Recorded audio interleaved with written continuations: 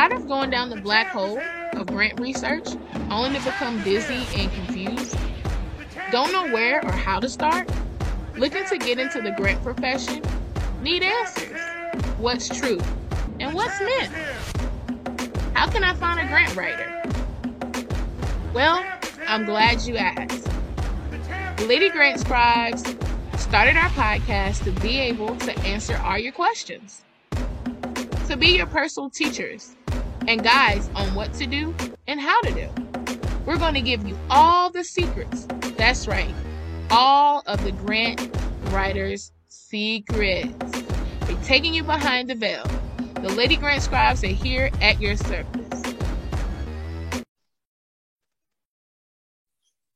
Hey guys, you're tuning in with Lady Grant Scribes with your girl Brittany C and Alexis. So I'm definitely excited about this episode, guys, because it's going to break down, like we said, go behind the veil. This is what we mean about going behind the veil with this episode. We are going to talk about how to break down grants properly, guys. When you see a grant opportunity, don't just get all glitty-eyed and glittery stars and be like, yes, this is for me, which it is for you. But make sure you break. Don't bring our father into this as well. Like, Lord, is that you? I know you did away. Father, I know you did this. He's like, no, I didn't do nothing. No, that's not me. And guys, I'm sorry I'm not sharing my wonderful, beautiful, happy-go-lucky face today. I just got a lot going on, but I am also distraught and upset with this grant because this grant has been circulating around. And it's all good for those. Let's put this disclaimer out there. For those who feel like this is going to meet their need, by all means, go after that particular grant. We're not going to say where this grant was cited, so don't ask us or don't email us and say where. We're not going to do that. And we're not going to say who hosted this grant, who is the funder behind this grant. We're not going to say this, where site you can go to look for this grant, or who hosted. Some people may know.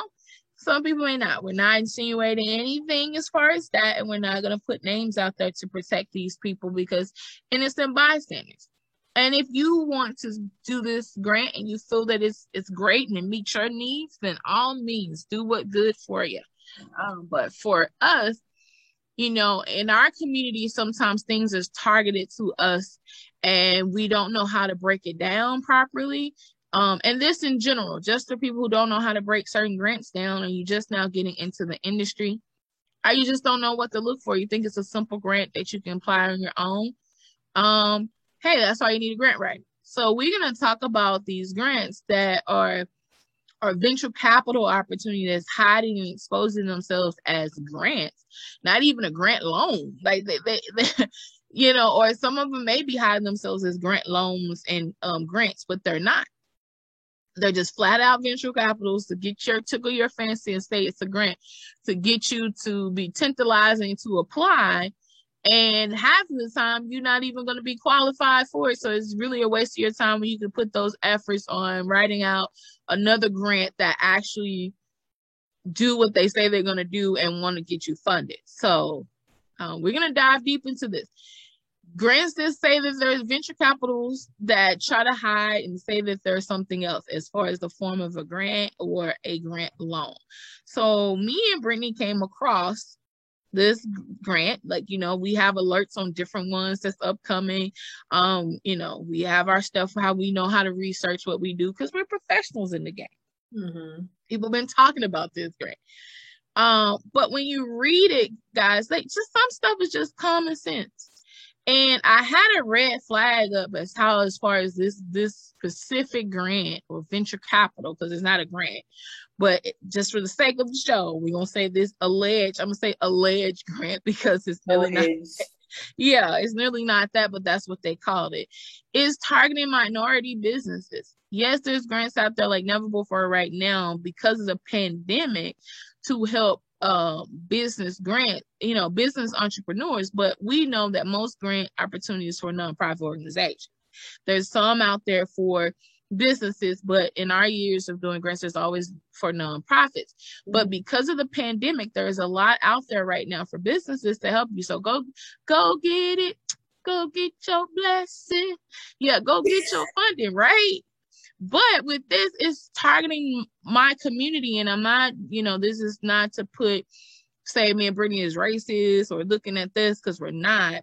I'm just saying the disenfranchised, because you don't know. And this because of this need. Yeah. This is the us need. helping our people. Like, we're saying, ooh, I see a red flag here. Let me show you what this is.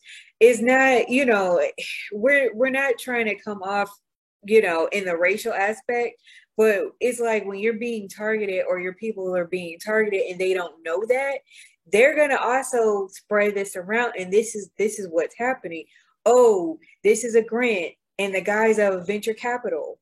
So this is a amazing opportunity. Get this while you still can. But at the same time, is it worth you being deceived? I don't think it is. Right. And when you're in a desperate place, like, guys, we see the turn of what's going on let's say, and it's just not, our community, meaning minorities, like, that's our community. So like, when you see, with everything that's going around in the economy, people in general, can get desperate because they like, hey, they're looking for a way out to support their people, not to be punished by what's going on in society. And so when you're an entrepreneur, you put your all into your business, your sweat, tears, blood. People, we've heard so many success stories of entrepreneurs like Grant Cardone, who say, hey, I had to do this for my business and I almost was homeless, or other entrepreneurs that became homeless and did 3 different businesses and revamped themselves until they got it, believing in themselves. You would think they're like crazy doing something over and over and getting the same results. Is insanity. But they believe in themselves. And so, like, that being said, as an entrepreneur, you put your all in it, your sweat and tears. That's my point. And so when you're at a point that you know that you're on the verge of a breakthrough, you see scalability, but you just can't get the capital and resources. And we know that it's not easy for minorities to get funding, period. And we know all the laws and tricks that, I love our country, the government set in place for that. We know that with laws in place where it's hard to get funding. They've admitted to that themselves and trying to put things in place to change that. And we appreciate that. Acknowledge your offense and your wrongs and change, right? But you have people that's targeting on the disenfranchised. Like, you're sitting there like, oh, I know if I say this, because I know the pain point for them is this, that they don't get enough funding in their community for this. So I'm going to hide this and this as it's a free opportunity and pounce on the weak. Like we say that the rich keep getting richer. And in my community, we've been inventing things for years that has contributed to society that sometimes we don't even get recognition. Then later on, it's like, oh yeah, by the way, they did do this. And we've been trying to tell you that. Mm-hmm. And so y'all wonder why we upset about certain things. Give us our due in history, what we have done, but we have been trendsetters, creativity of new waves of new things and ideas. And so with that being said, $1 million, $1 trillion spending power, if I'm a $1 trillion spending power and I create something of value and I target that to that $1 trillion spending power, then of course I'm rich. But I don't have the capital to do it. You're stopping me, because if that happens, that I can create wealth. And you don't want that to happen. So let's be realistic about that. I want other people to sell to our certain groups so they can get the money. And that's what that is. Like, let me steal your ideas while it's starting or in fruition, and you put in the work. Now I can take over your company, even vote you out. Like, this is the thing. So reading is fundamental. So we're going to just, me and Brittany just going to jump into that. I just wanted to set that precedent. Guys, just be on alert of these things, learning how to read fundamental, and even like our ancestors told us, in between the lines. When you hear certain things, read slowly. Put it to the side. You have to take a pen out and checklists. I love reading. I read all day. Yeah. I read everything all day.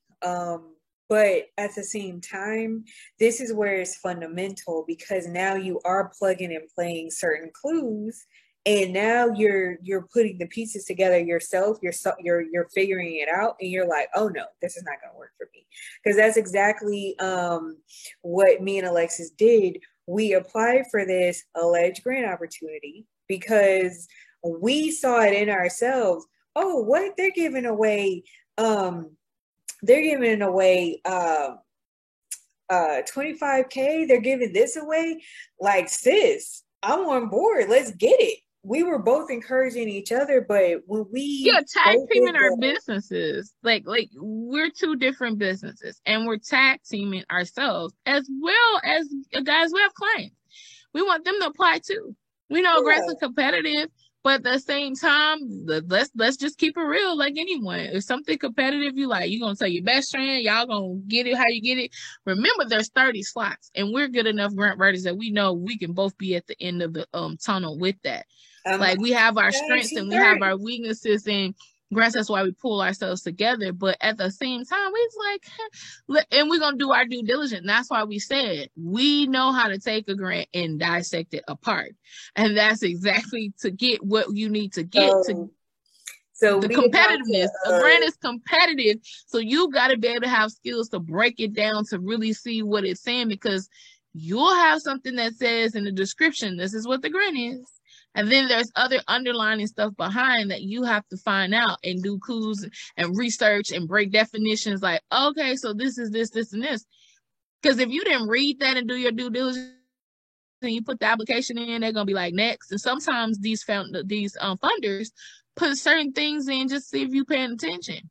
Did you do your due diligence? To throw you off your game and you thinking, oh, I got this. So that's why you also need a grant writer.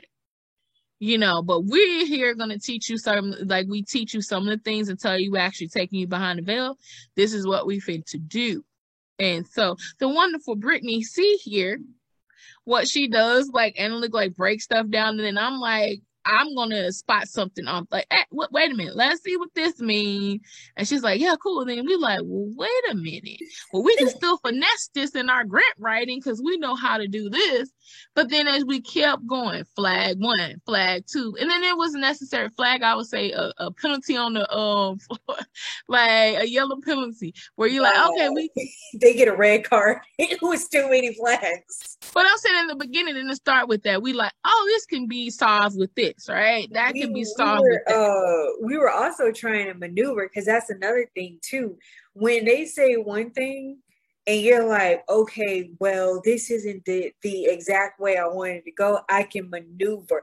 I can switch this word. I know what they mean when they say. And so, I could still find a way to make sure I win this grant, because it's about persuasion as well. So and the language of your grant writer, because some of them, they're more sophisticated and taught. You just can't say, well, I want to fund da-da-da. You have to finesse in your language and your lingo of how are you saying that, because they necessarily don't want to say funding. They want to hear something, and I know it's like bourgeois, but some stuff you like, it's the same thing. But that's the point of persuasive writing and being able to know your funder's language and speak their language. Right. So that you can get what you need to get. But like we said, we was like, we can maneuver this, da-da-da. But then we're like, wait, red flag. Then the next time, red flag, red flag, red flag. And then we was like, okay, no, we're not about to apply for this. We're not about to apply for this. This is nonsense. And then it made us start getting angry because we're like, they're targeting our people and not being upfront. Like certain things like, oh, you can be a new business, like, new ideas. But then it's like, oh, we don't want you to be a new business. Wait a minute. A new business, if you say an idea, or even based on some of the definitions of what they was doing, it was just like, and you guys, we're going to break this down and explain key points. And Brittany, I don't know, we're going to share the screen too to show certain key points. We're still not exposing these people. Don't ask us no additional questions. We're exposing but not exposing, because like sometimes you don't know as a host of a grant that this grant is like this. You're just trying to give many opportunities on the surface. Like I said, a lot of people was fooled by this. So it's just not the person that hosts this grant They just want to give many people many opportunities to get funded, to fit their narrative. Like, hey, these opportunities so you can be aware and alert. It's a lot to grant. There's a lot of grants people out there, so it's hard to filter every single one to be, on their, to see how they was, thinking on this. But at the same, and a lot of people got tricked with the title. And of course, if you looking for stuff that you want to service a lot of communities that they can be eligible for this grant, you excited to bring it to them so they can get funded, because people need help out here. But certain grant writers are not foundations, or AKA, let's say not foundations, because this is alleged grant, right? Alleged foundations, because this is a venture capital. So I don't even want to talk about founders or funders, foundations, because this is what this was not. It's a venture capital. Actually, went under the guise of sponsor. So there is a such thing as sponsor when we get into corporate sponsorships. That is your sponsor. But even with that, they're not like, it's not a way that they're giving this to you with no strings attached. Although they call themselves sponsors, they're not really sponsors, because a sponsor will sponsor you, not will give you the money and then tell you how to spend it and then look over your shoulder and like dictate to you what you can and cannot do with the allocated funds that they provided. That's and because when you're doing a sponsor, you're telling them what you need. Hey, I need your help. Can you sponsor me with this project here?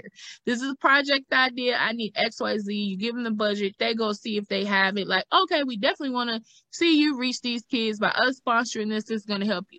All they need to count up to see that you did what you did. Right. You have to show them, yes, we service this kids that we said. Here's the stuff. See, pictures is in the place where we said it's going to be. Because sometimes your sponsors are giving you in-kind donations, and sometimes they give you a mixture. So it's like, yes, we done what you said we're gonna do. We got this in kind and this money for this internet. Let's say it's computers. You showed them, they gave you some computers and they gave you a check so you can get internet service. You're showing them the bill, you're showing them kids using it, you're showing like the assessment of how many kids in that demographic that you did. They're excited. That's accountability. But they're not telling you, when you telling them this is gonna take me a year to do this project. They find it out over your shoulder, but they're gonna be at the end like, okay, it's a year. Let me see what you did. What did you do?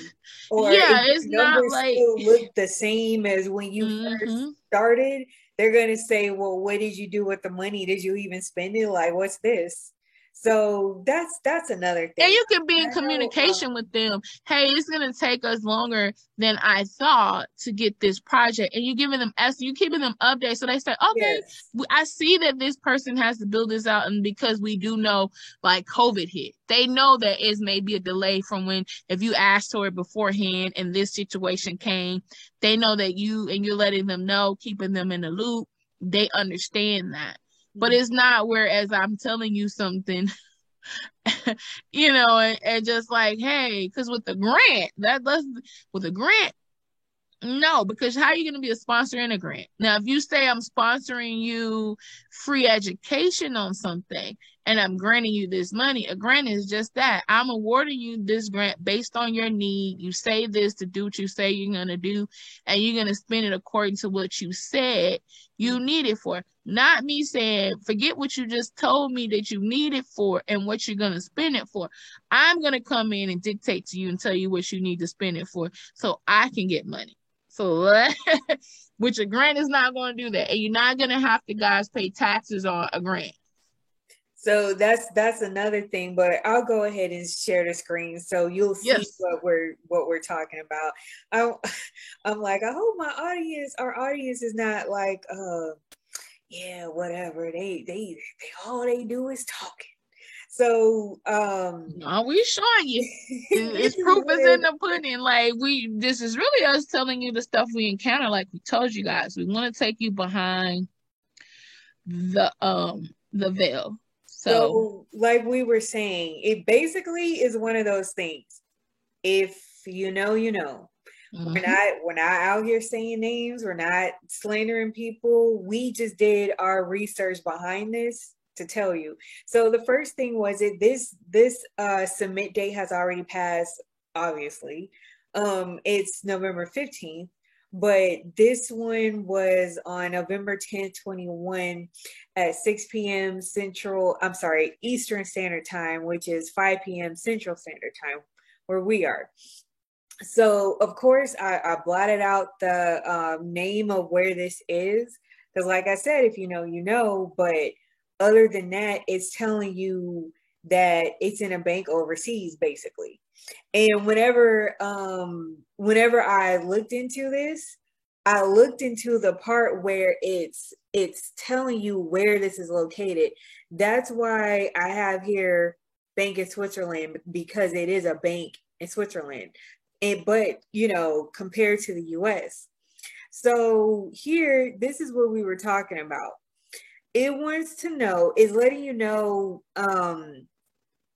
if you're eligible. Like, they're saying specifically that you need to be an entrepreneur, a leading executive, and they define that as a founder and or president, CEO, CFO, COO, or any such similar title. So that's one thing.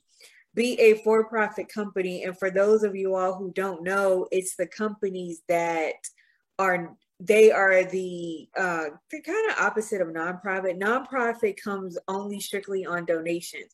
For-profit doesn't have to. It's just like a regular business where you go in, they have products, you spend the money for the products. That's how they keep their business afloat.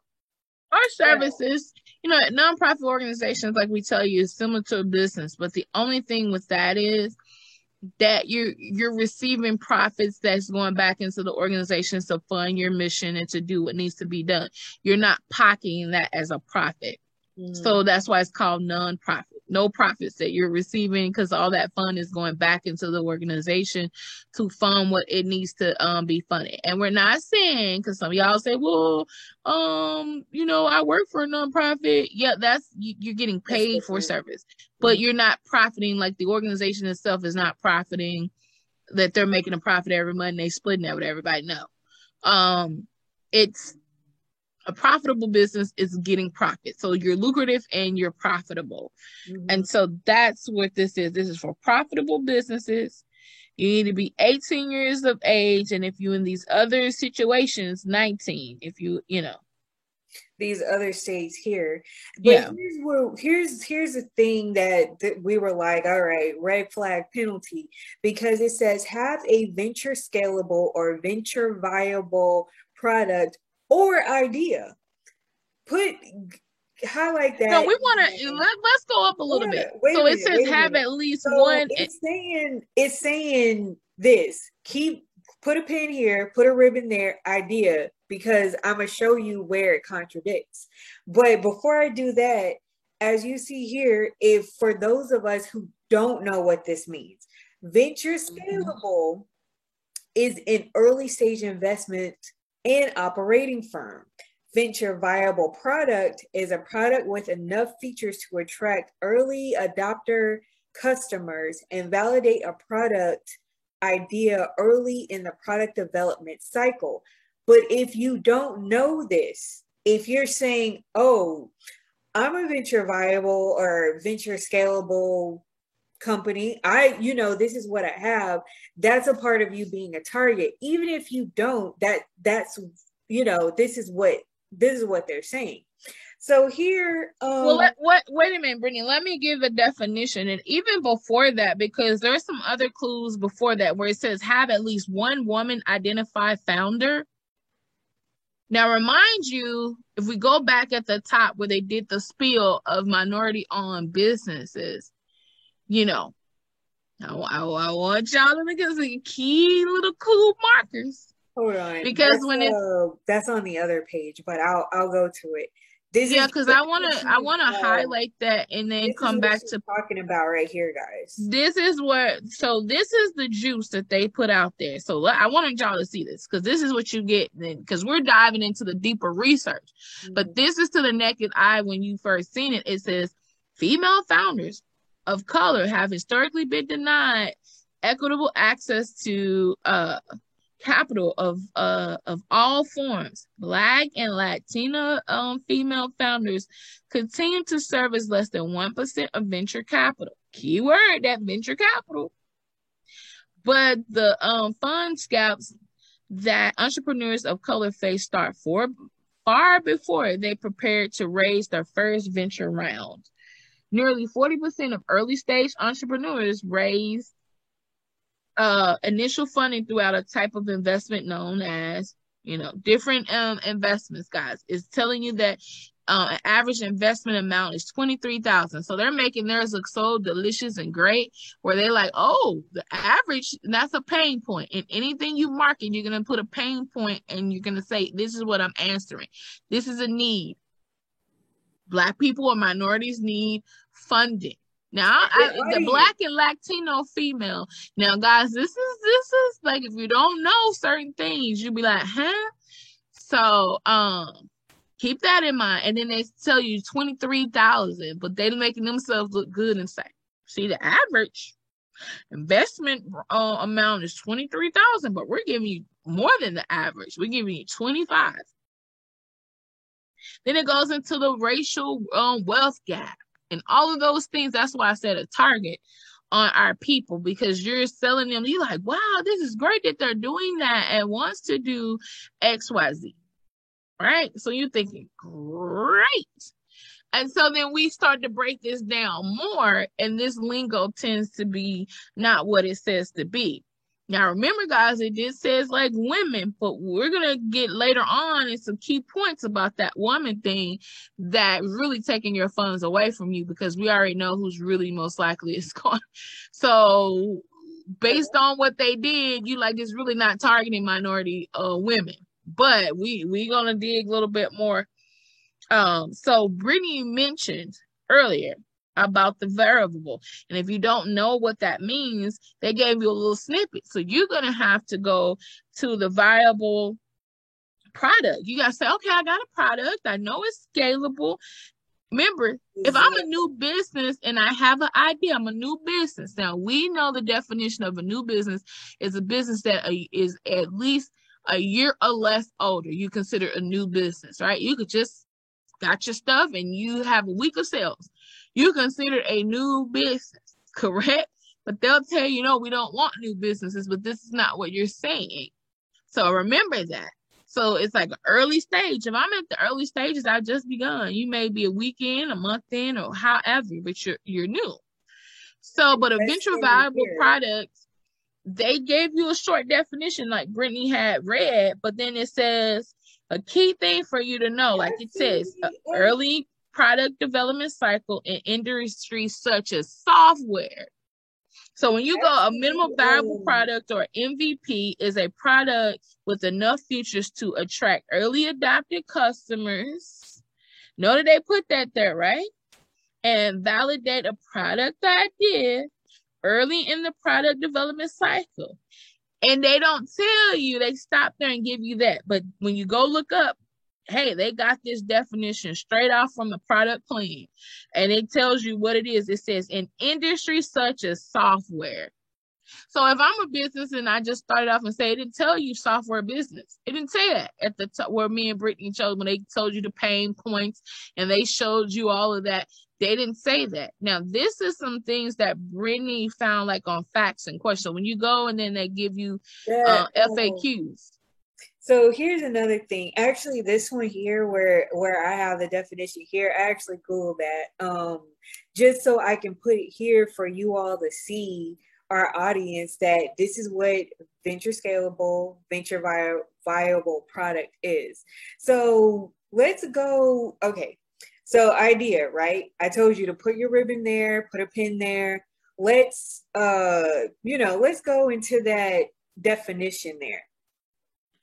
Whenever they, because this is what Alexis was getting to, where it was talking about software or internet-based product, but they hardly mention that over here in the requirements.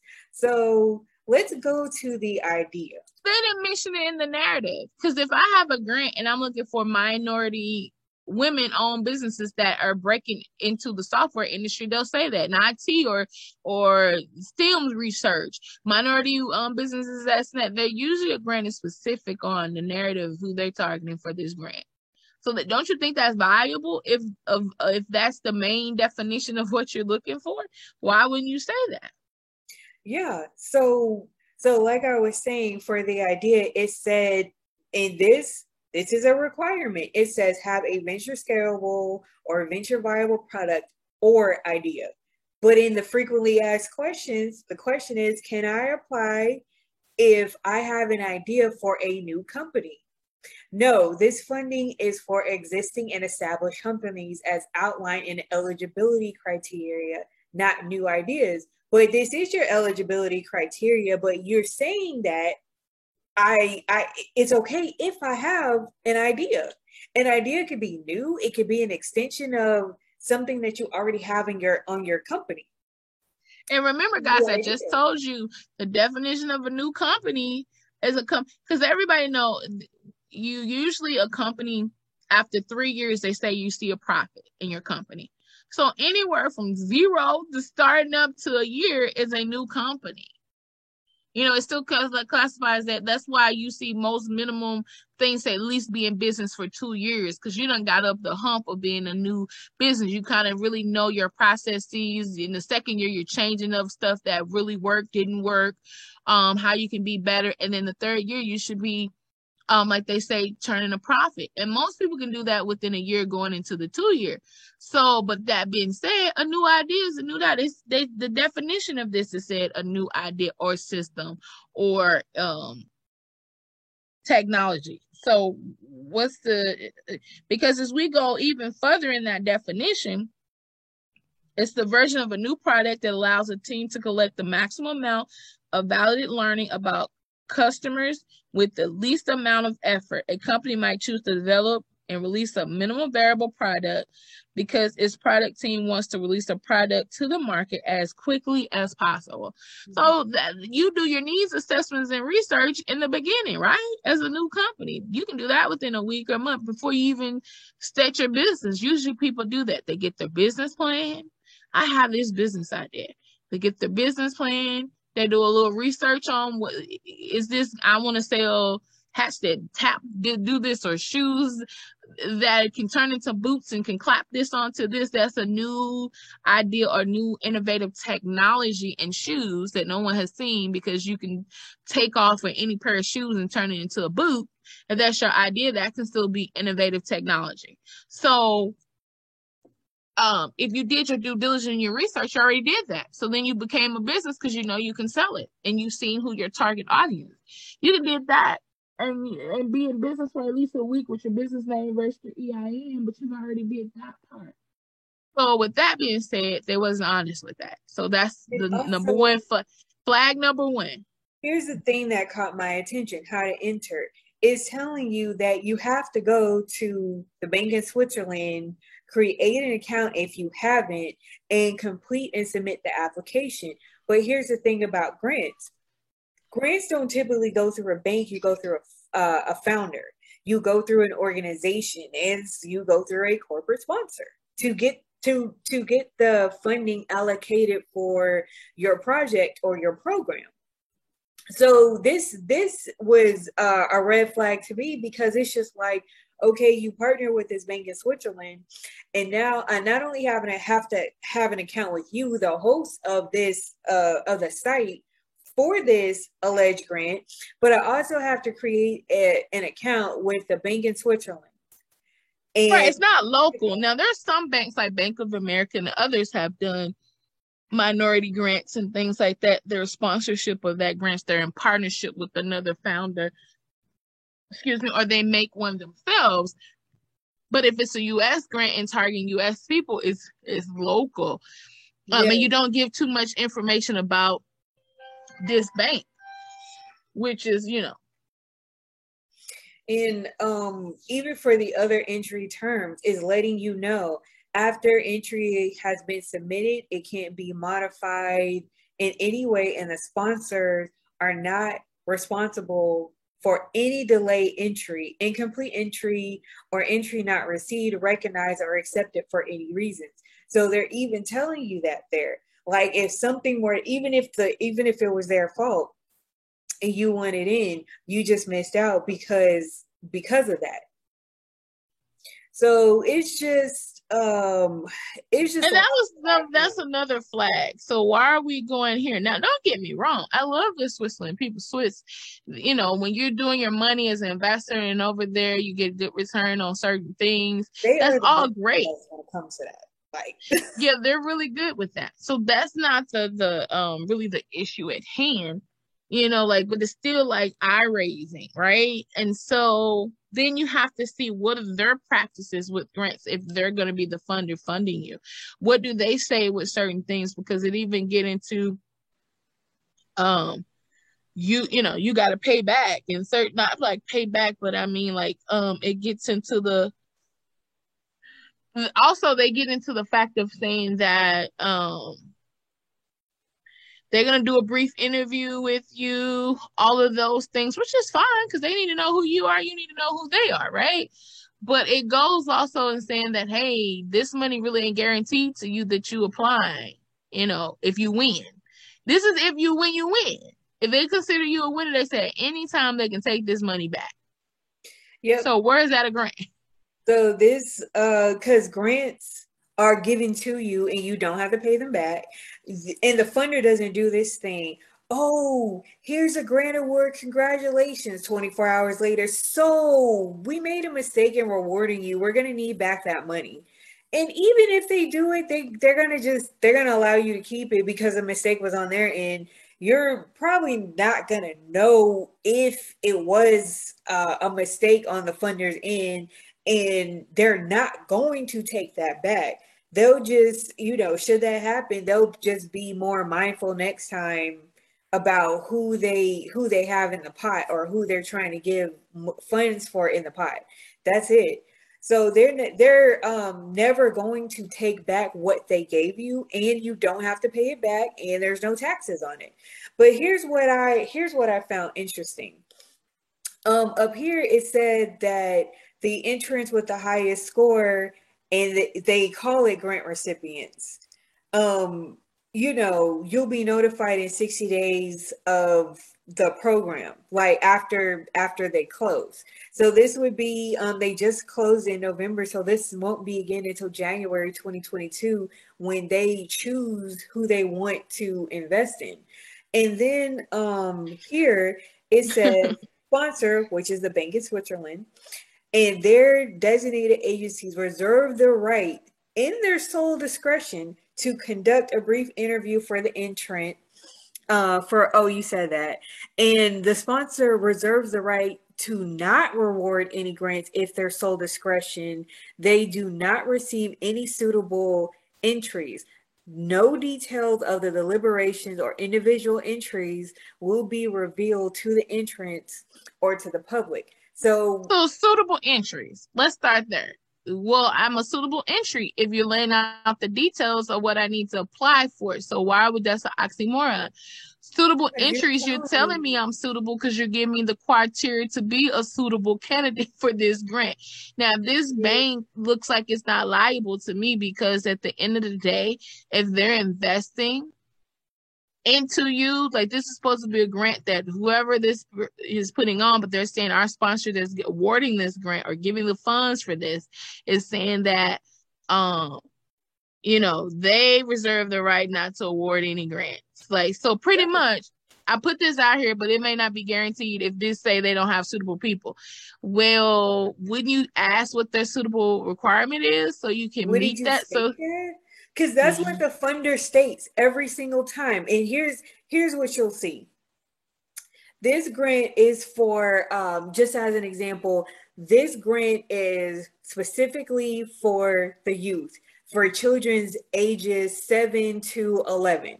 This grant is targeted to those of the LGBTQ community who lost their homes or their life when they decided to express themselves to their family. Things like that. They're telling you already up front who their audience is. They're already telling you this is what our target is. They're already telling you that in the funder. That's what the funder tells you when they put the grant out. Not, by the way, we're not going to tell you who our target audience is, but if you're suitable, we'll take you on. And if we're not, you'll never know. They, you know, And the you don't funder get no wouldn't do that. explanation, so you really can't, how can I say, appeal the decision. You won't know that, or say, hey, I applied for this grant. This was the qualifications it said, and I did everything. And this bank is not awarding me what they said they're going to do, because you have to be accountable what you said you're going to do when you put it out there. But they got this little, they didn't put disclaimer. This is just like, hey, our sponsors reserve the right. Like, hey, we're putting this out here, but our sponsors is this bank, and they reserve the rights to award whoever they want to award at their discretion if they feel like it's suitable. We putting this criteria, but if they don't still think it's suitable, no. And we don't have to give you an explanation whatsoever on the decision to you privately or publicly. We don't have to go publicly to let you know why we chose.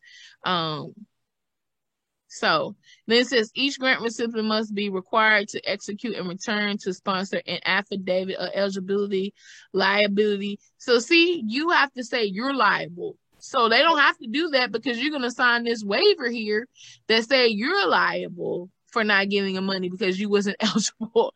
Affidavit of eligibility. So wait a minute. You said if I'm not suitable.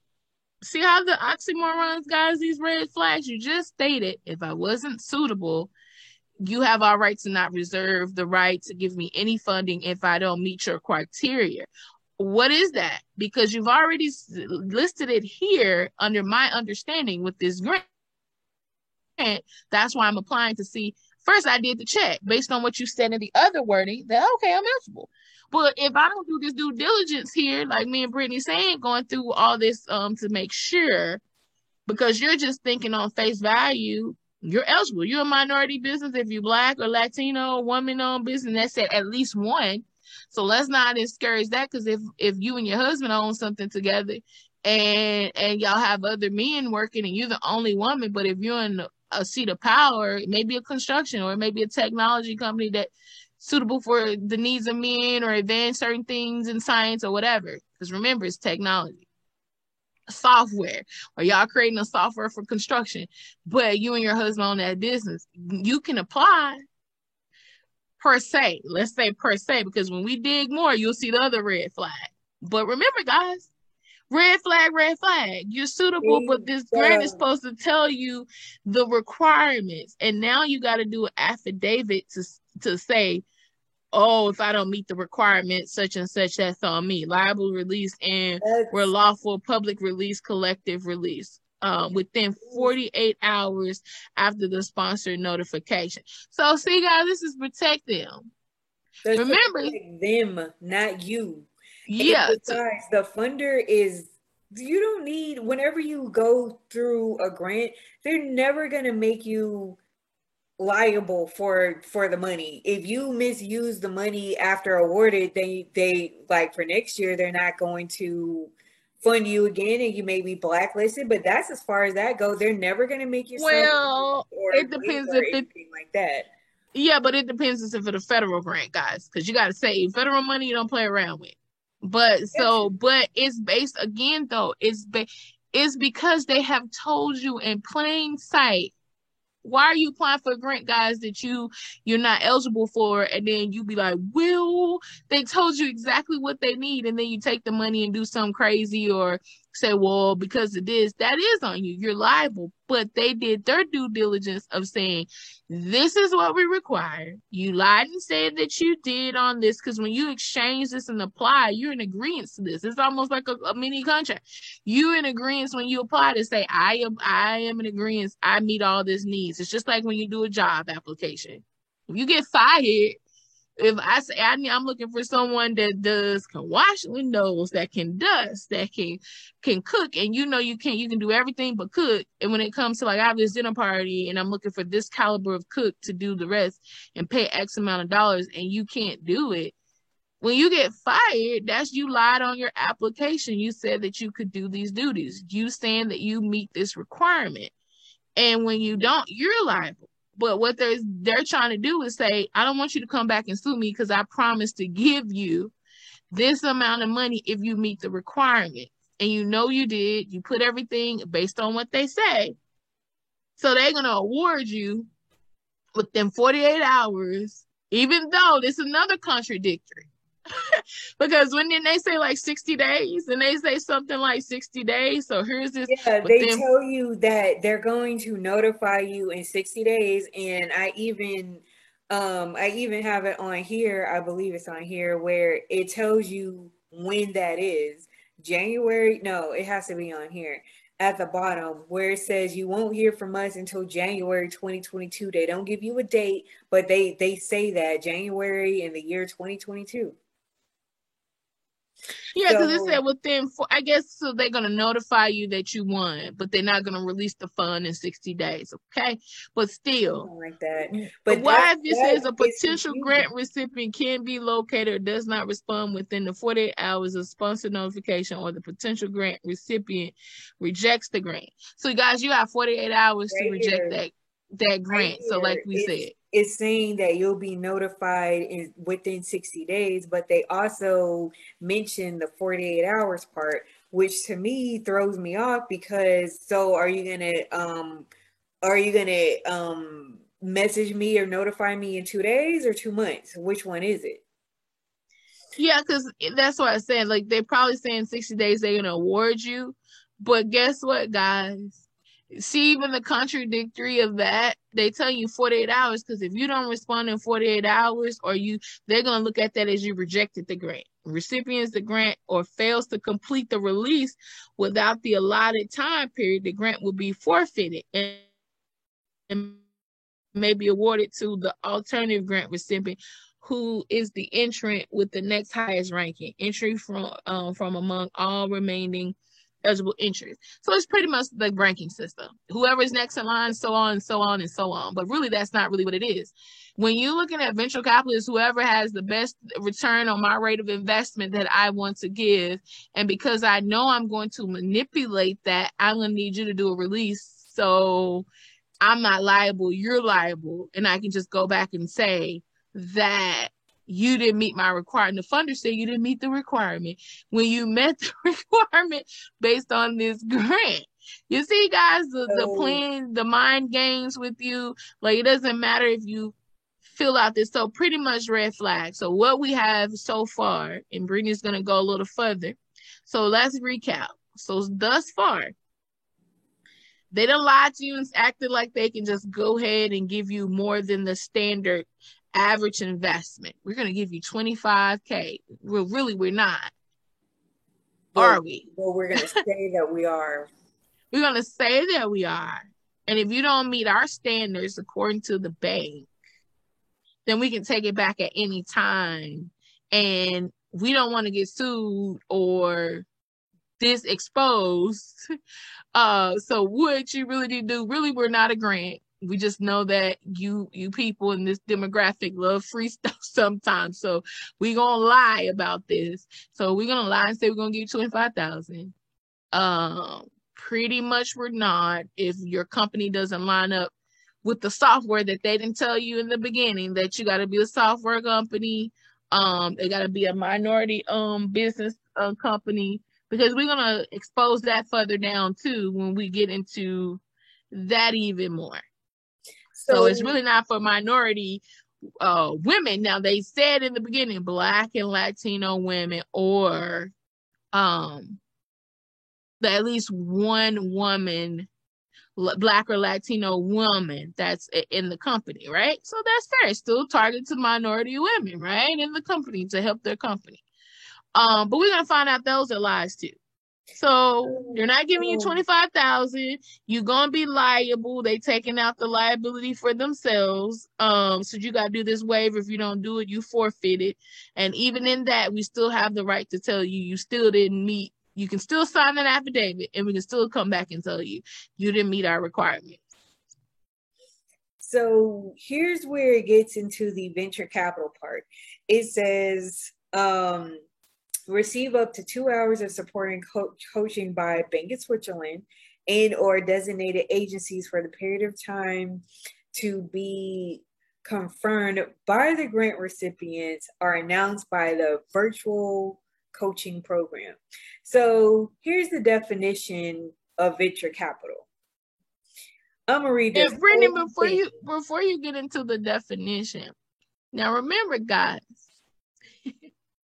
when we think about investors, I want y'all minds to think about investors. When we think about Shark Tank and investors, we say it all the time. For those who kind of don't know, what do you see on this show? I'm coming on this show. I want to seek your investment of $50,000 for 20% stake in my company. And you have all the Shark Tanks there. Either all the Shark Tanks may say, you know what, we'll give you that, but we want 30%. And then me and Lori or me and Mark Cuban is going to go in together on this deal. And so they're going to split their money. Now look at all these people that's added. It told you designated agencies for a period of time. What you mean period of time? Doesn't specify. So that means it didn't specify how long. It said period. Agencies for a period of time to be confirmed by the time the grant recipient are announced. So they're going to announce to you who these agencies, they may not line up with your mission and your vision. They're going to choose what agencies to teach you. They said them or agencies. And that means that's more than one people invested. Now you got the other people invested, their sponsored bank, that's 2, and these other agencies, and you don't know how many. So these are combined investors working together. So keep that in mind when Brittany read this definition. So here, this is what we were saying, how it came to venture capital, because they kind of slide that in without explaining it. So from Investopedia.com, here's what they say that, and I'm going to read this whole thing. What is venture capital? Venture capital, or VC, is a form of private equity and a type of financing, investors provide to start up companies. What did we just say about the minority companies? When you're just getting your foot out there, when you're a new company.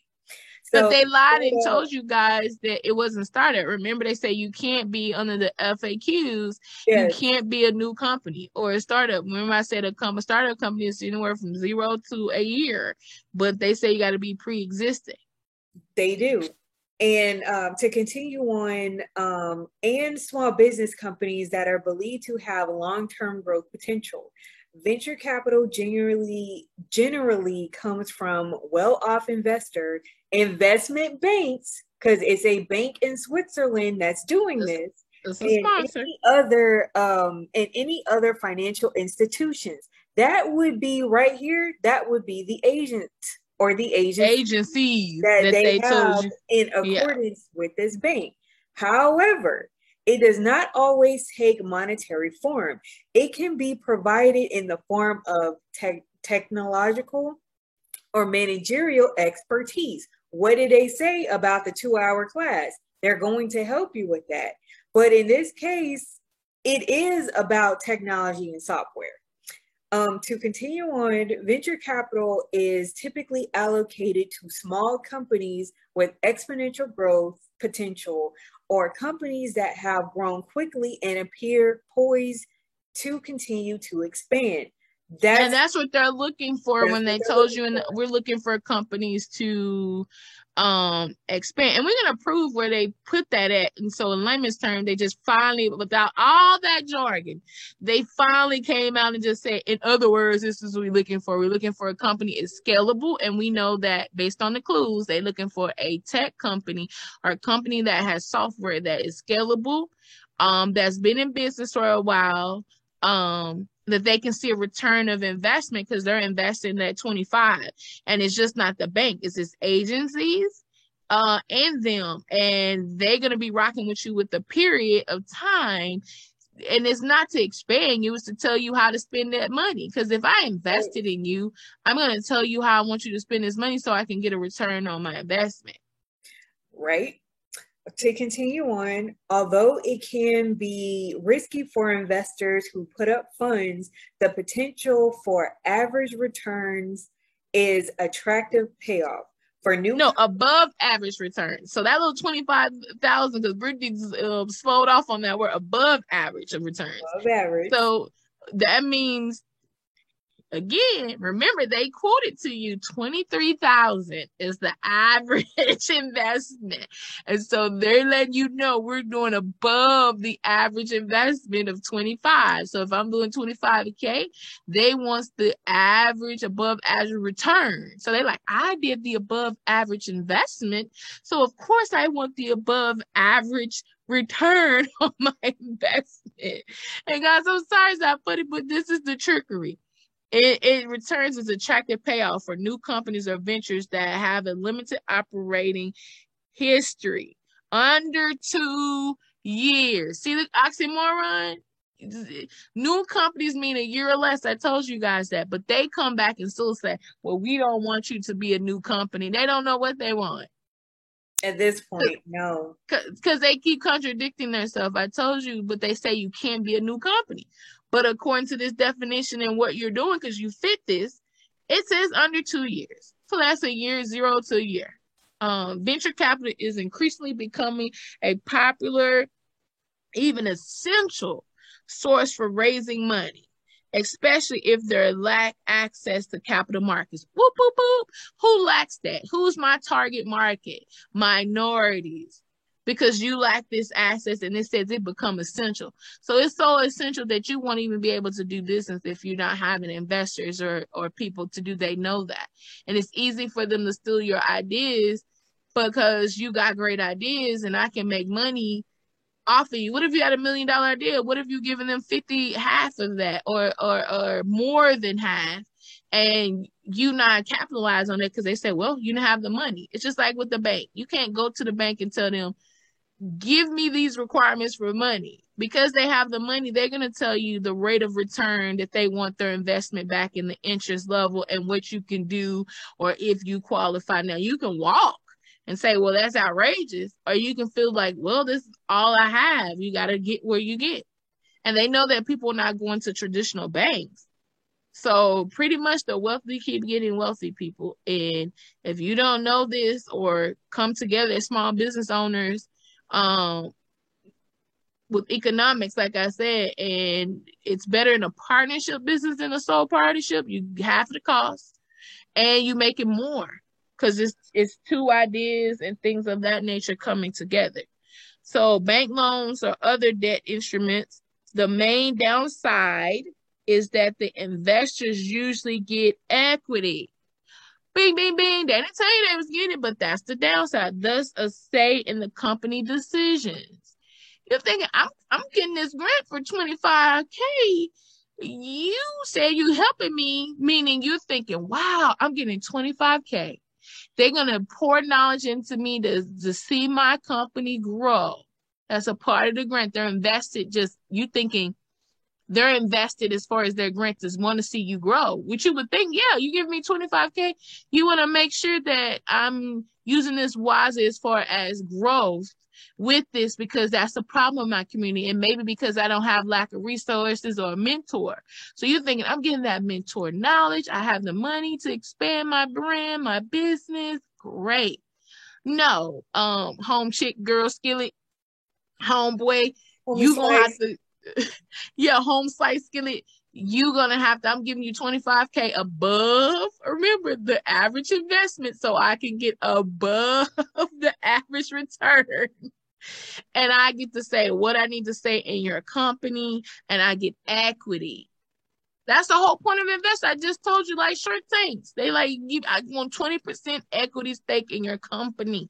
That means they ain't going away. They get 20% for whatever their investment. They get a return on their investment, what they put. That's how the rich keep getting money, guys. They invest in other business brands and company in their portfolio.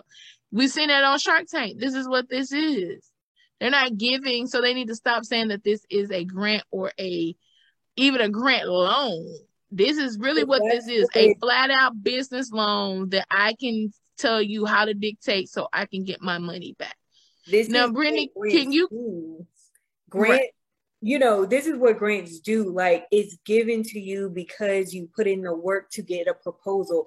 Doesn't need to be paid back. You need to allocate funds, true, but they're not, no funder that I know that gives grants is saying, oh yeah, by the way, I want a 35% shareholder in your company. I want 35% of whatever you sell or make or what off your consulting services, whatever it is.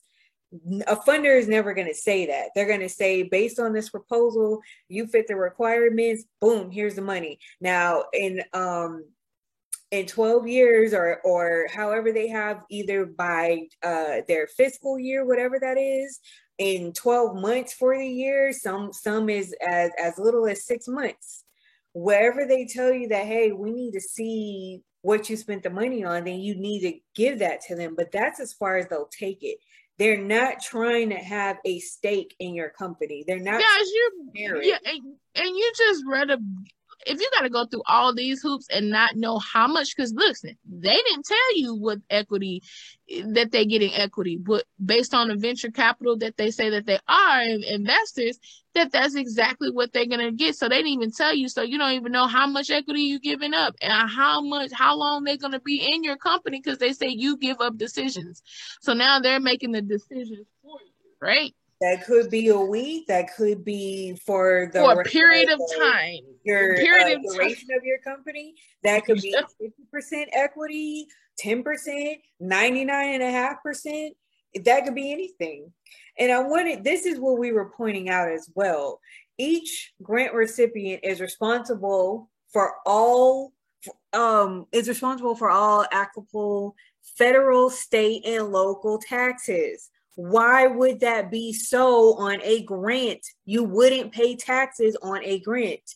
If any, as well, other costs and expenses associated with grant acceptance is used, not specified for these official rules.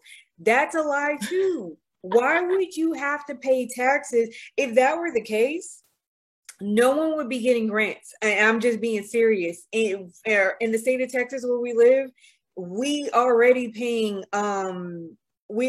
state taxes. I don't think we pay federal here. So no, we don't pay federal, but we pay state.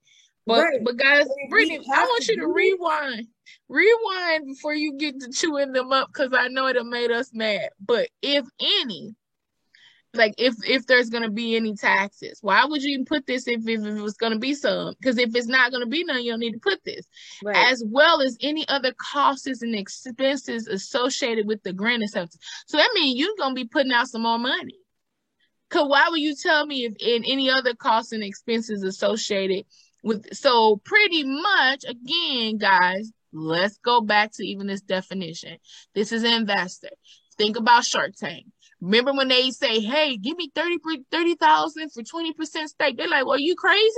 Just people they laugh at. They say this is to get a wine and to pick the winery and to do these things, because you don't know, it's gonna cost more money. We're gonna have to give you at least $50K to do this. So me and such a come in with 40% of stake in your company, and we want this assignment. So that means you got to pay us up front after the first year, and then we get the 40% stake because we know we got to invest more money. So that's pretty much what that is. Yeah, we're going to give you 25K. Tell you what we need to do if you're scalable. If we think we need to put more money to get more money back fast, yes. So they're going to give you more money, but you got to pay back the taxes and do this. And so you don't even know the equity. And usually, guys, when a lot of these companies come together, if it's a bank, again, there's usually at least 6 investors. Think about when you see Shark Tank up there. How many people up there, when they come into this, they do it together, these 2 to 3. A lot of them don't like to work with a lot of people because it can get hectic. A lot of the investors just want 1 to 2. But as you said, they said agencies that they deem necessary. So banks get money from other people.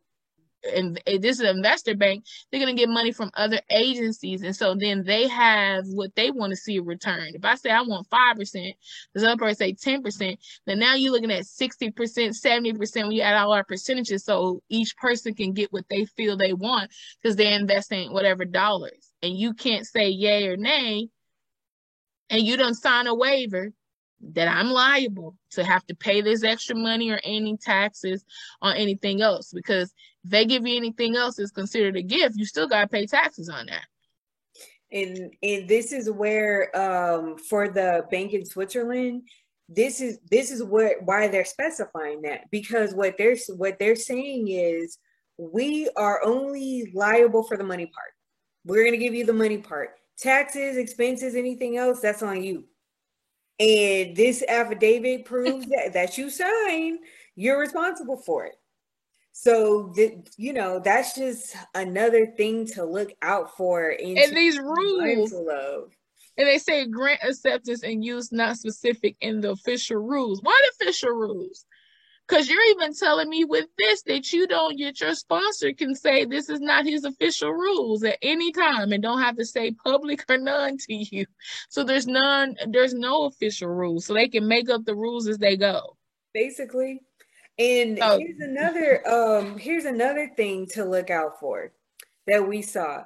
No entrant or officer may release on their own or through a third party any publicity or other materials regarding their participation in the program without the sponsor's consent. Why would that be?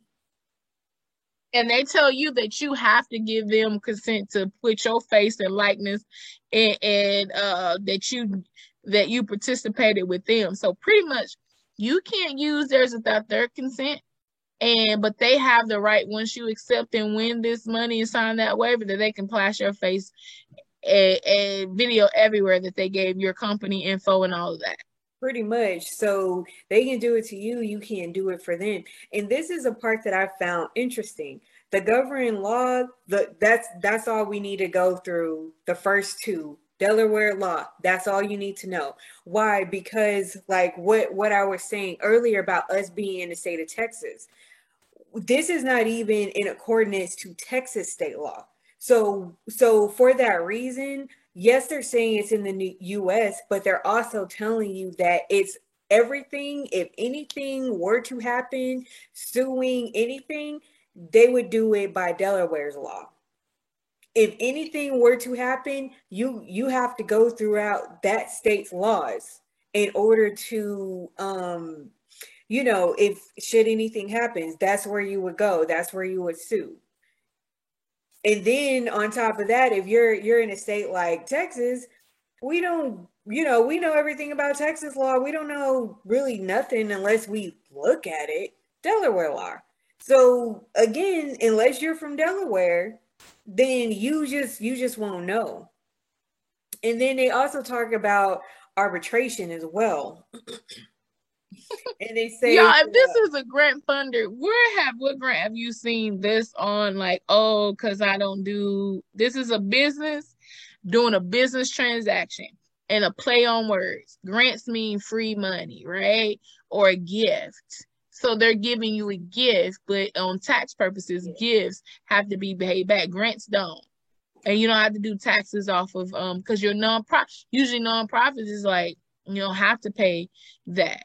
Tax exempt for nonprofits, 501c3. But if you're a business, I understand that. But even still, in certain states that you are, because it was a grant given, grants are not to be paid back or whatever. Yeah, you might not have to pay taxes, and you may still have to pay taxes on this. But where did they talk about this extra money? Remember, investors do that because they want to see the return on their investment. They don't want to go more than what they have to. They even told you that make sure you don't have to go up on your product. And if your software is botched or glitches when they use it or look at it, then that's your fault. That's your fault. So you can be in the process. They done spent money on you, and you have to pay that back. And they're gonna say, "Oh, well, it's your fault because your stuff is messed up." And you're like, "No, it's not messed up. Other people up because we deem so." Remember, they can change the rules at any time because we govern and deem so. You got to pay us money, and we're moving on to the next person. So not only am I messing with minorities, putting them in a worse state, because I can change the rules at any time. I can just say, well, we gave you this to do this, and you need to, I want your company. So that's another way. Let's say your company has potential and you haven't maximized it, but I can say you didn't follow the rules. So we disqualify you and you're responsible for paying the taxes on this and paying our money back. So now you and that then you even started out, oh, we can wipe this away if you give us your company. And then next, the other company has potential 25. Okay, we gave you more than that. We gave you 60 or 100 to start your company. So now we own 80% because of what we invested in there. And or we're gonna buy your company out and we'll just sit you there to run it and you get a royalty. Because that happens all the time. We see it on Shark Tank. So just keep that in mind, guys, that you read these lines on these grants, what they're saying, these alleged grants, and that you're not dealing with venture capital situations where they're taking your company and doing things of that nature. So Brittany, could you just show them where they talked about in other words when they went ahead and gone ahead and broke down? And I also with this arbitrary, I see where they keep saying these official rules as if they I wanted to make this observation. Remember what I said about governing law. If anything happens, they're doing Delaware, right? But this arbitration part, it contradicts the Delaware law. And here's what it says. The arbitration must be held at the location in the state which the entrant's principal place of business is located. Again, we're located in Texas. So in other words, what this is saying is if anything happens to my company, because I'm located in Texas, even if that's true, even if like something happens and they have to do it in my place of business, it's still under Delaware law right there. It says that right there. So although, yes, my company is in Texas, my name is in Texas, my brand is in Texas, I'm still under Delaware law regardless, because this is their rules. This is what they're saying. So yeah, although I'm in Texas and although I do everything by Texas law, everything about my life is in this state of Texas, I'm still governed because of this arbitration. I'm still going to be governed by Delaware law. And then if you go down where it says there shall be no authority for any claims to be arbitrated. So pretty much I'm telling you, even though we're going to go in this state to arbitrary, I come back in another point underneath that. Go back up, Brittany. Oh wait, where was it? The second point under the highlighted. There shall be no other authority for any claims to be arbitrated. So pretty much you ain't got no claim to arbitrate anyway. Like, oh, the arbitration must be held at your location. But we coming back and telling you that there shall be no authority for any claims to be arbitrated for otherwise disputed on a class or representative basis. So pretty much, I'm just telling you that because you think if you don't know how to read laws and contracts, that you have the ability to be heard and go to arbitration in your state. But I'm coming back to let you know, oh, anyway, you don't have no claim. You can't dispute anything. Why? Because you already signed that affidavit anyway. Yeah, so even if you somehow went to the courts and somehow sued them and somehow got seen, they're going to pull up that, so we're not liable for anything, and they win their case. And you left with nothing. And you can't join other people's way to say, hey, all of us who did this grant and applied, we was victims. You can't do a class action suit. Nope. Because you had 48 hours to withdraw from what you wanted to withdraw from. Or you sign what you need to sign, and at that point, they can make up any rules that they want to make up, guys. Even as the case is going, why? Because they put that in there, and the judge will allow it for that reason. Under Delaware law. So they already know that under Delaware. They know, because they know if you, unless you're a resident of Delaware, they know if you're out of the Delaware state, like we're in Texas, I'm going to have to do some research on Delaware law to see what's what and what's not. And even then, I still don't have a dog in the fight. I still cannot win my case. And because they made it so, even if you do sue us, you don't win your case. So it's one of those no point in trying type of things. within, like, just you would in this case, you would just have to take the L, as they say. You would have to take it. So just going back to just quickly going through the frequently asked questions on some of these. Can you go to the point where they just break down in layman's, go ahead and tell you what they're asking for? Because they did all this fluff and then they this is it right here, because they kind of mentioned that same point about women and founders, Black and Latinx founders, the nearly 40%, like they already mentioned that.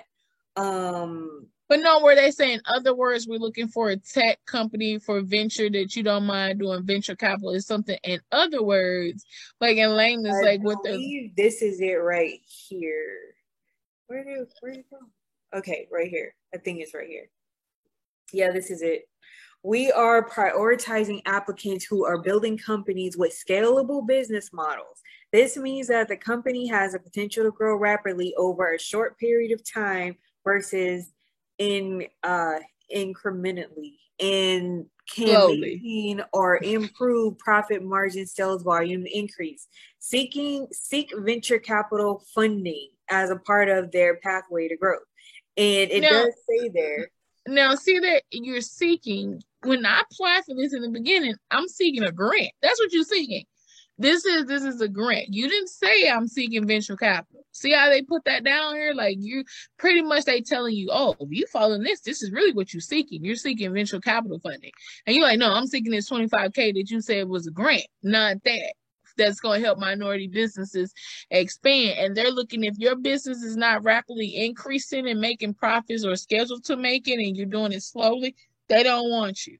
And but they didn't put that out there. Disclaimer part of we can pull out anytime, because if you let's just say they want you to scale in 2 weeks and you may be scaling 3, that might be too slow for them. So they would say basically, thank you for your time. We're taking our money, but here you go with these fees. Here you go with these taxes. Here you go with that, because that's what you're responsible for. But we're pulling our money out and we're going elsewhere. Sorry about that, guys.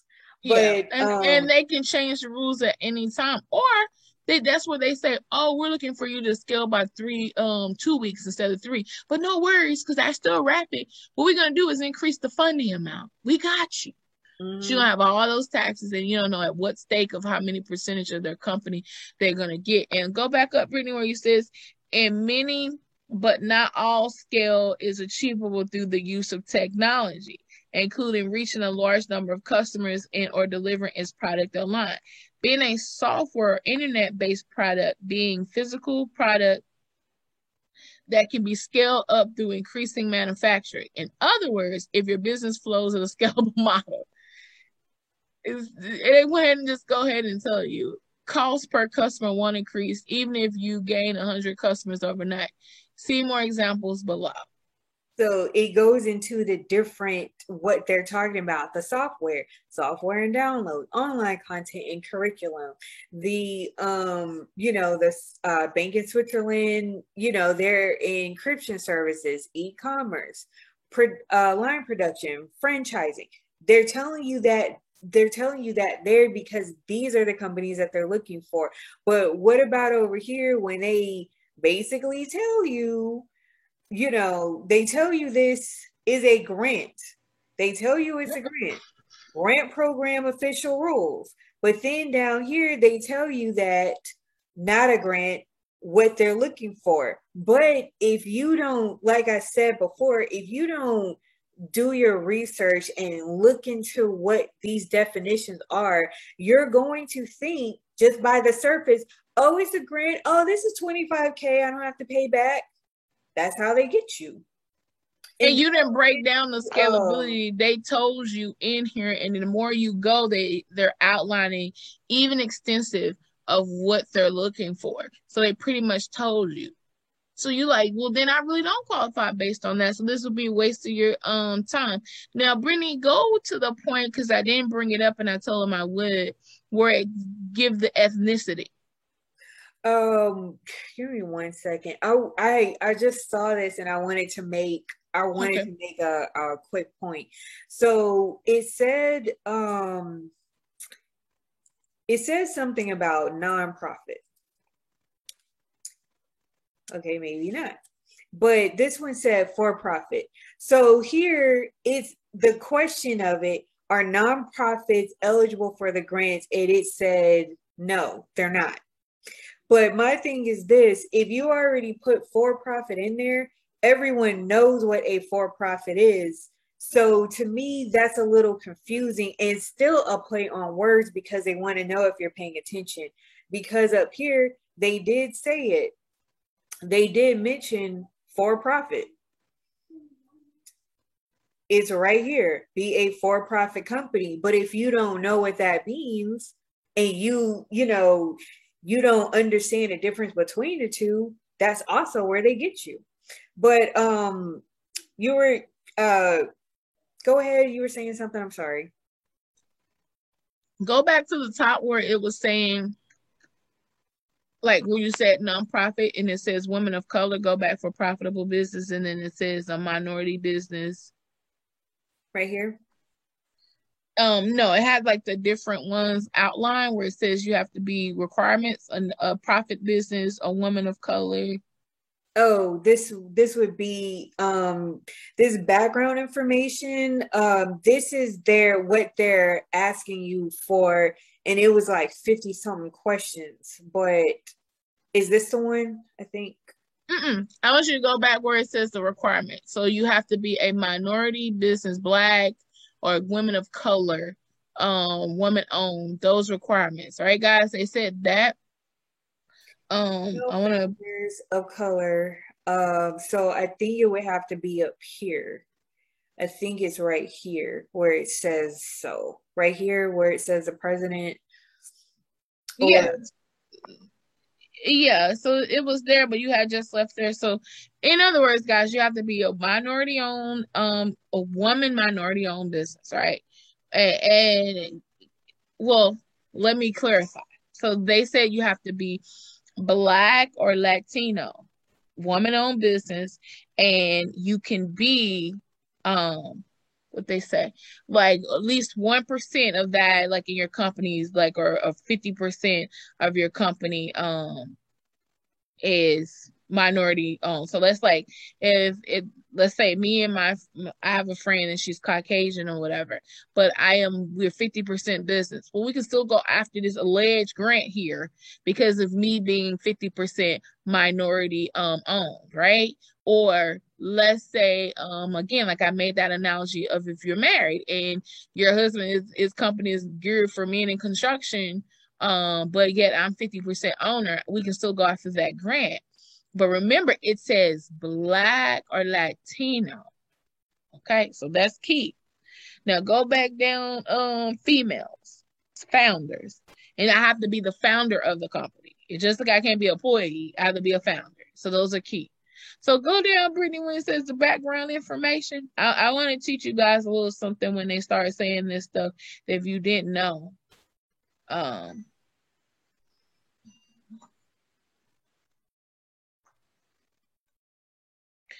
So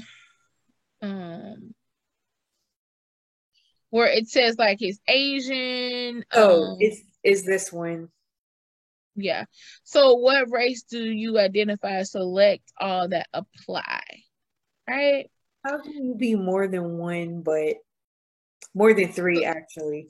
So, this being said, you can be more than one or what have you, but remember, guys, this is for any minority. But why would you put multiracial? If I'm multiracial, that means I'm mixed with multiple different races that fit this criteria. Because you pinpointed and said Black or Latino or minority women, right? Mm-hmm. So that's like your Pacific Islanders, multiple races that is not considered Caucasian, so minority. But by you putting white and let's say play on words right here, you like, why is white right here? because you're a minority, even if you consider multiple races. Let's say you have white in you, but you got black and all that. You have a percentage that is eligible for this grant. So white shouldn't be here. Like everything else should be here. It shouldn't be here, right? And the reason white is listed here, so that lets you know this is not for and remember they said Latino. Some Latinos on their descriptions sometimes say white, right? And then why did they do that in funding? And then white, if you didn't know, for white women is considered disadvantaged or minority. So when you go after grants, when you see minority grants and you think, oh, just me, but know that there's white Caucasian women because they apply for that. When you look up the women and your businesses, women-owned business is considered disadvantaged. They're written into our legislators that way, so they get these fundings. That's why a lot of minorities don't get funded or these grants, because that's who they predominantly going to. And when you see the play on words, and not to, say on our Latino family and friends, but if you're going to identify as Caucasian or white, then why are you also getting minority? That's the way that Caucasians have put themselves into the minority funding by saying, hey, y'all identify as white, go ahead and check that. So they say, how you know I'm not Latino or such and such? That's minority, and they consider themselves white. So that's how they get some of this funding as well, guys. So know that.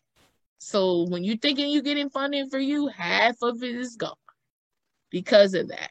So they still dipping in. Mm-hmm. So this is where this is, and this is proof of that. When you see that, you're like, well, this is not minority, that's there. And they didn't have to say identify such and such. Like you either gonna have your certificate of minority or disadvantaged businesses, or if they want you to identify that to be specific, but why is that highlighted there?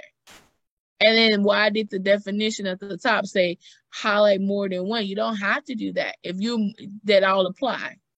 Because you can just hit multi-racial if you're more than one thing that hits under minority. Yep. So that's another thing. So for the background information, this is like a part of the questions that they ask. Some of them pertain to what a funder would ask, but we're addressing some that it's like, a funder wouldn't ask.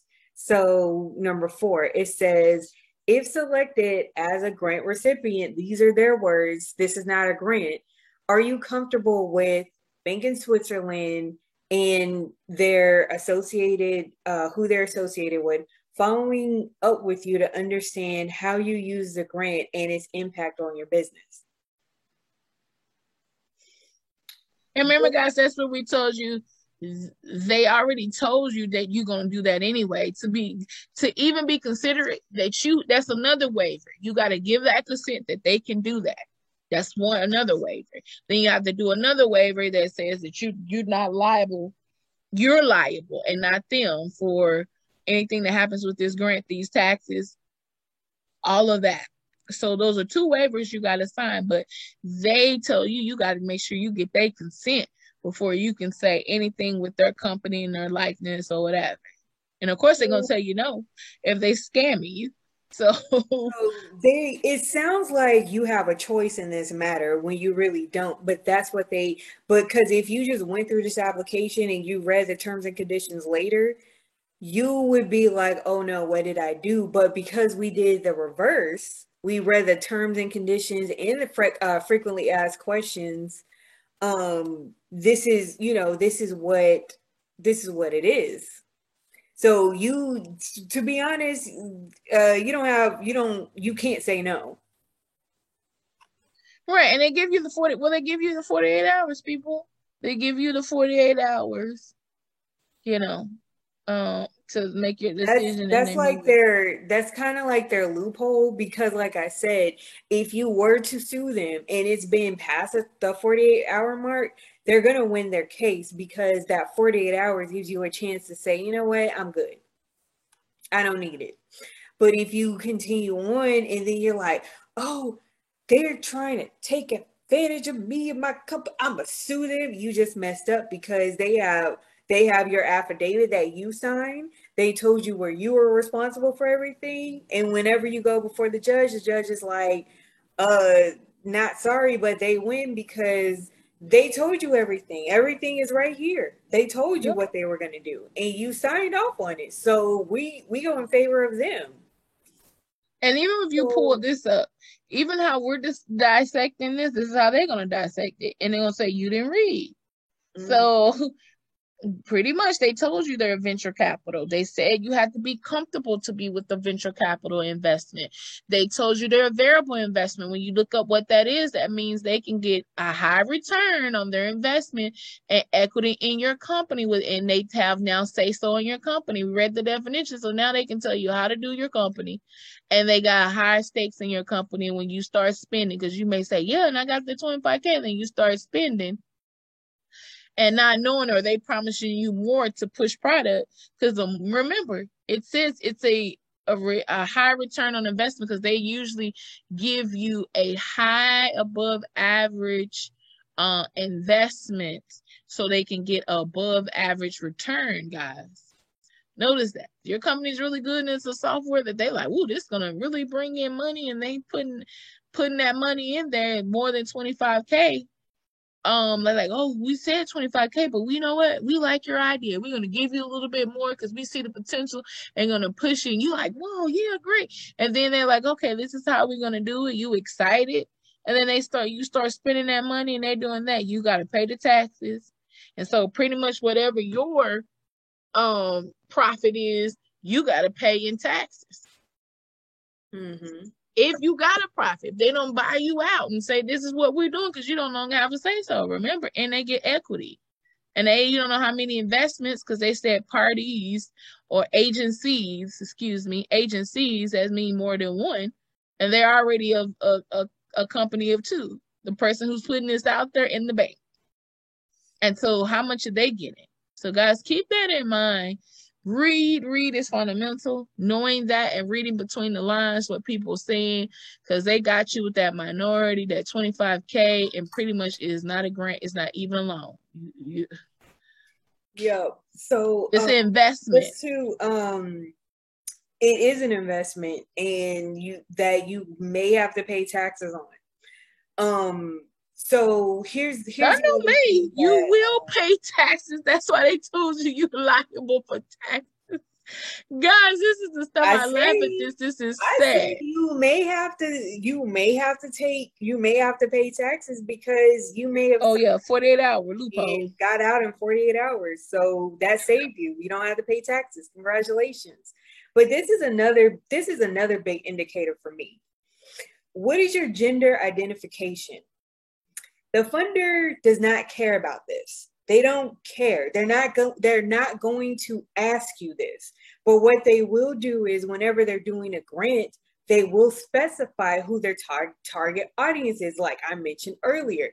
They're going to put in, whenever they're having funds that they're trying to put out for a grant, they will say, like in the case of this, minority-owned males, minority-owned female business, or they will say, businesses who work with the youth, or businesses, or projects where we're giving away a grant for $5,000 for youth mentoring programs for children between the ages of 5 and 12, and we're giving another one for teenagers between the age of 13 and 19.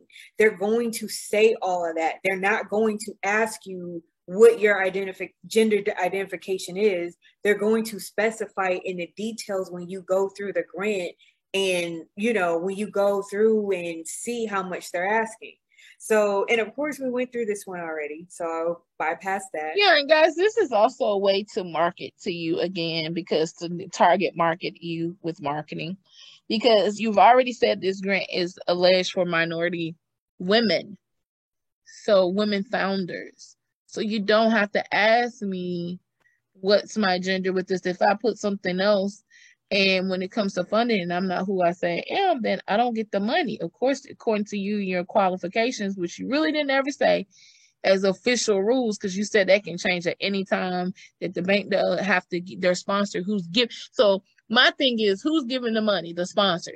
So the sponsor is telling you they don't have to give you no rules. Forget who's putting this out here. Who's the money coming from? And what are their requirements and stipulations? And they've told you. And they told you what they're looking at. They trying to invest in your company for a stake in it, as well as that you don't have any say, that they have the say. And just know that, guys, you just rather find someone that line up with your mission, that likes what you do, and you can go before them and tell how much you want their money for how much stake of your company, versus giving so much of your company away for free or for good, and you getting hardly nothing or less than the 25K. You probably be lucky if you even get the 23K that they try to say on average for your business. And when they get through with you. And this is another thing. The funder doesn't care about your Instagram handle, your Twitter handle, your Facebook handle. They don't care about those. Now, they may keep it to one. They may ask you for a Twitter. They may ask you for a LinkedIn, depending on the grant. But 9 times out of 10, they're not going to ask you for all of your handles. Maybe your website, but not all of your handles, because your handles are on your website as well. And then they're not going to want to know what year your company is founded, because if you put that in there, that's one of those, it's at your discretion if you want to put that in there, because you don't necessarily, for example, you don't have to say, oh, I founded my company January 2005. And this is what I need the money for. You could say in there, it's year 2021. We started 15 years ago. You don't have to specify, but this one wants you to specify, and the funder won't ask you to do that. If you so there's grants. There has been a grant that was out there that asked, like, for your business, that you, of course, you prove your EIN number, because they can look that up by your EIN based on, how long you've been in business or whatever. Also, just to prove that you're a legit business, sometimes they ask you, and this thing hasn't asked you to proof of your doing business as or LLC, none of that, but they want to ask you how long you've been in business for. And you're thinking, like, well, if you putting the stipulation out there that you had to be a company that's, according to their definition, and a new company is a year or less, but they're saying established, so that means 2 or more. So then if you put in that stipulation out there, you should already know, if I'm applying, I know I meet this requirement.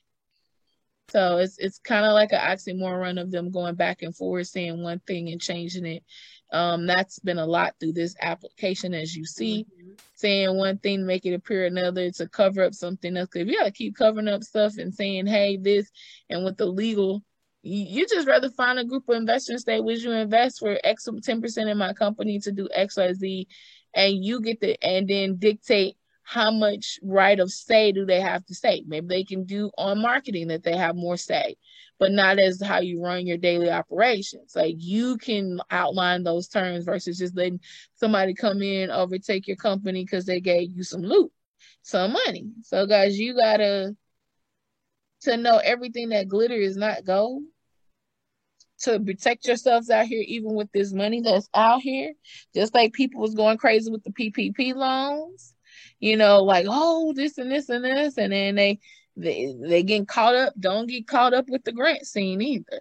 Make sure you're reading between the lines and what's required of you guys with these grants. That's why I hire you a grant professional that can help you. And if you just gun-ho on doing it yourself or want us to review something, me and Brittany is here to review things for you if need be. We have a cost for that if you want us to review. All right, guys, if you just don't know, we gave you some key, just in this analogy, how to dissect when you're looking at the narrative of a grant, or not the narrative, but the requirements, how to break that down to see if you really fit the requirements. And a lot more goes into reaching out to the funders and all of that as well. If you can, like, again, knowing who this person is associated with, that's where a grant writer comes into to play to help you guys. But just know, you see what we were saying, and it's targeting, and we showed you what they said their target was. This is the new norm, and who cannot get access to capital, and that's minority businesses.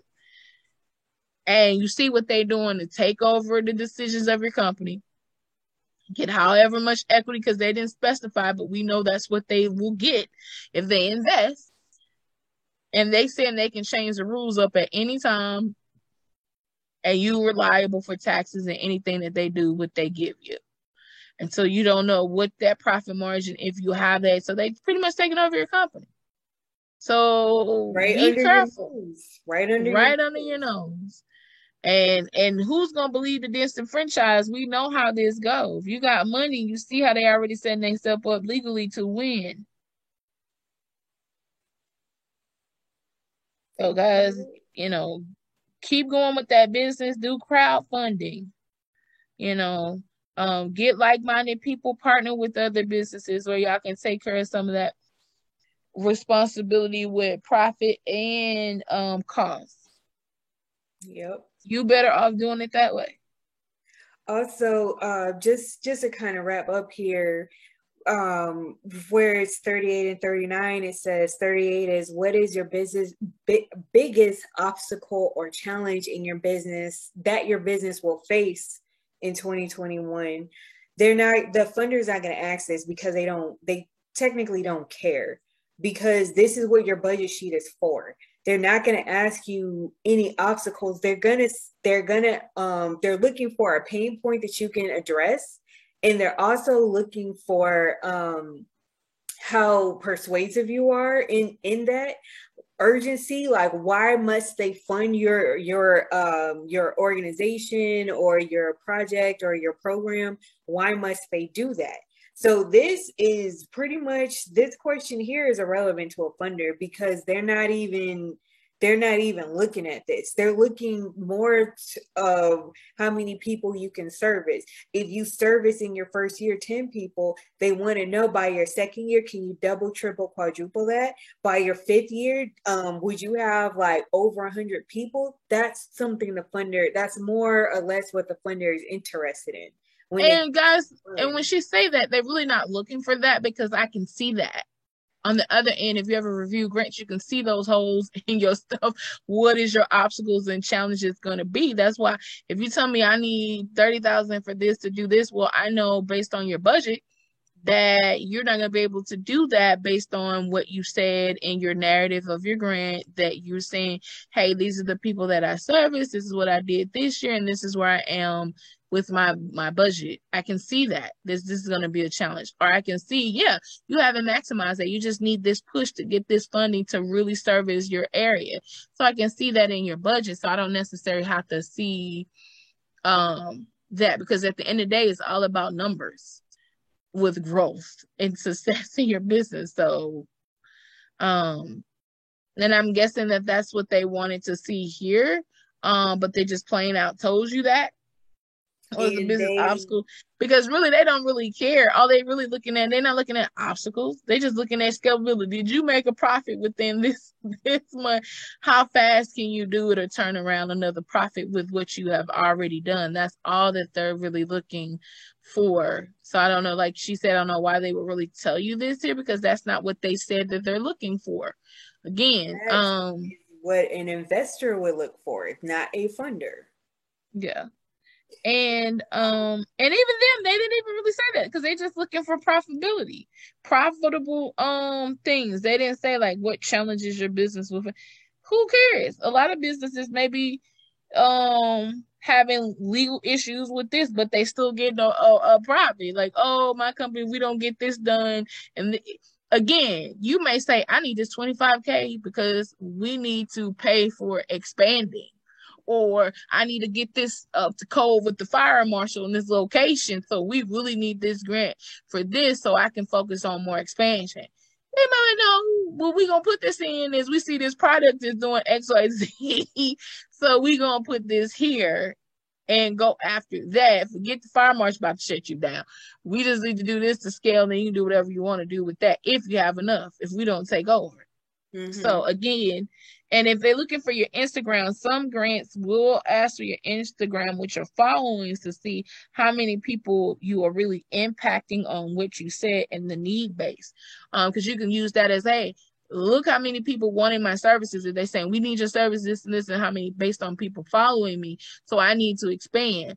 But they're not gonna be looking at, like she said, your social media on the points of like, oh, let's see all these numbers. Like that's just if you're proving a theory with what you're trying to do with a specific grant. They may ask you that just to see if I'm giving you this money and you say operational costs. Well, did you do anything to get your company out there for people to help you push your brand for the nonprofit? So of course they may ask for social media with that, but it's dependent on the grant. And on this incident, they just want to know how many followers so it can be an easy turnaround and investment. Because we call it, if you got enough followers in your hub, you can sell them anything, tell them what you got going on with the relaunch, that they can see, oh, this will be faster. Or no, we got to do more money with ads because they don't have enough following. But this is a great product. So there go that more money they shelling out to get you where you need to be. And that could be from $5,000 to $10,000 just to see $10,000 in sales, you're going to spend $5,000 in advertising. So just keep that in mind, guys. So if I double another 25K just to see, then you'll know. So guys, just look after these things. We just wanted to present this to you so you will know that you're not dumbfounded and during headlights and don't know what's going on. And the scribes have scribed you and let you see for yourself what's really going on in these streets with these grants that you see popping up. Yes, it's great, but be careful. Just like the PP was was great, and people went wilding out. We just want to want to see you in stripes. Your ideas. So, but anyways, to the last one, it says, please elaborate your biggest obstacle or challenge in 2 sentences or less. That's going to be a part of the grant because it kind of asks the same question because he just wants to know a little excerpt, and then it says please select here because it's like a little drop down menu, like a pre already answer that they already had, so that has to be in a drop down list, and then now they want you to elaborate on it, and they give you 1,000-word characters to do that. So that's another thing, and that that was all for it. So this is how when I say we're thorough, this is what I mean. We went through the grant requirements or the terms and conditions. We went through the frequently asked questions, and we went through the background. Now, like I said, this in real time, this grant is, or alleged grant rather, this venture capital funding that they're claiming as a grant. It's one of those, if you apply for it, then you know. We're not, like I said, we're not bashing them. We're just saying that, hey, be on the lookout for this, because these are like a play on words that it's really kind of, to me, it's a little disturbing how somebody would be so willing to just like pretty much be like a sheep to the slaughter. You don't know what's on the other side of the door, but you like, all right, I gotta get this. They're on my side, they're gonna get me in, but at the same time, you really don't know, because maybe you didn't know that you needed to do your due diligence and look it over. Maybe it was too much wording, but this is why I say I like to read. So if you're one of those people, oh, I hate reading, I don't like this, contact me. Contact Alexis. We'll do the reading for you. We can, if you want us to get you started with grants, this is a little bit of like in our back office, what we do as grant writers. We thoroughly check everything for this reason, because we want you to know what you're eligible for and what you're not. And we're not going to waste time with that. We're not going to be like, okay, well, here's a grant for $50,000, but you're not eligible, but let's try to work it out and make it so you're eligible. And then months down the line, later on, it's like, oh, you wasn't eligible. And you're like, well, I told you that. I told you that last year. I told you that 6 months ago. So this is Exactly. our Guys, this is on what we do. exactly. And like I have a service called the grant review. So this is one of those things, extensive grant reviews service where with my grant research.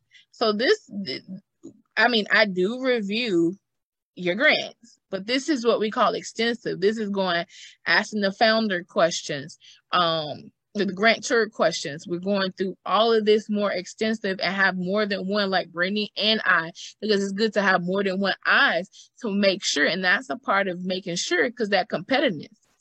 Grants are competitive. So we want to make sure you have the right narrative. So that's an extra service I add with the grant writing or the research. Because after we do the research and I get you the top 3 grants, we do 100 to 50 to the top 3.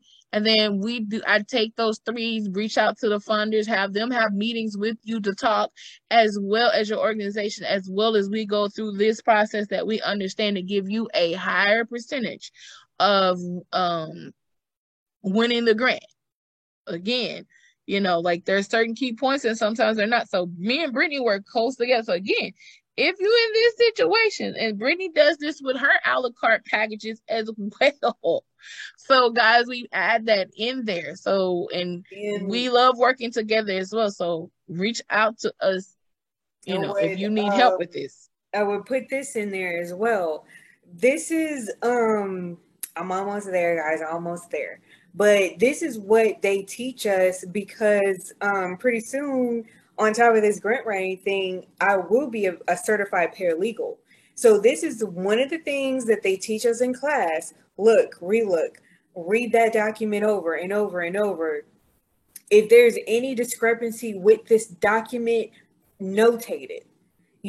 Because that's another thing. We have to write documents. Sometimes the documents do have errors, and that's what our professor wants to do. They want to see if, hey, did you locate this error? Yeah, there's a ton of them, but did you locate them all? Or did you do, at least if you didn't do all of them, did you do the majority? Or did you, whenever you formulated the structure of your deposition questions or your interview questions, what did you do? So this is kind of ties into it, and this is honestly what I love to do. Now, that, like I said, that's just for me. That's my disclaimer. And that's what we know. That's why we know with that when it came to the lingo of that part. And if you read any contracts, guys, depositions, legal, if you're in business, arbitrary, and you need to know that if a lawsuit happens, where is it going to be at? What's the arbitrary agreements? Do I line up with that? That's the first thing you need to drop to. And then everything else in between to see if it meets your standards. So a contract, guys, can be negotiable. Know that 2 parties have to be on agreement for a contract to be even valid. So if you don't, you go ahead and go with that pen and say, I don't agree with this, write this in and say, hey, let's make the changes. And whoever drafted up originally will make those changes where it's fair on both parties' ends, and then now you guys go through it and say, hey. That's why a lot of times you have to have that memorandum of agreement or understanding in place, and then you guys draft up your contract and then finalize it. So to get that understanding, like if you say we're going to go in business, we're going to do this, well, let's see who's responsible for what the cost going to look like, break down all of that great stuff, so they can know and go from there. So, and then y'all like, oh, I'm in agreement, then y'all sign that. And then as stuff unfold as you work, then you can put certain stipulations in there and then draft up the final and you're good. But guys, know that with your contract, you both, because you're sitting down and talking about it, you guys would stick to that. You wouldn't be like this. where you're changing it as you go. Oh, well, we did say this over here, but we gonna change it anyway. Yeah, they did sign their signature, but we did say we can change it at any time that they want, that we want. So that's what we're gonna do next. A contract is a legal binding agreement, or it could be used as a legal binding agreement between the two parties. But it doesn't change after signatures, after dating it, after getting to work on it. It does not change. Versus this, what they're doing, you have to have an affidavit, and they're telling you per their contract or per their non-official official rules that they could change it at any time. That's very dangerous, because you don't know, you don't know what they may not be telling you, because they could tell you, oh, we're going to do this, this, and this, but according to the document, they only told you on the surface. They didn't tell you anything else underneath that. And should you sue or get sued by them, then all of that would come out, and you would be liable for all of that, because that's what the judges don't see. Your signature, that affidavit, their terms, their rules, their terms and conditions, and you said okay. Yo. And guys, just for the sake of record, sometimes people think, oh, it wasn't notarized. If two signatures are in agreement to something that's on there, it doesn't have to be notarized. And yes, black and blue ink is preferable. But let's say this person had a purple pen and you got their signature. A signature is a signature. So I don't want y'all to sit here and be thinking otherwise, because I know someone who like, oh, I signed it in purple. Like, that didn't change the fact that you signed it. Oh, it wasn't notarized. That's another thing that people try to do. Oh, well, it's not legal and binding if I sign it in red ink. Yeah, it is. That's your signature. Doesn't matter what color. They prefer it that way. So it's whenever they make copies, it's easy to read on the copy. But if you don't, that's still your signature. That's still a legal binding agreement, and the judge will still judge that. So yeah.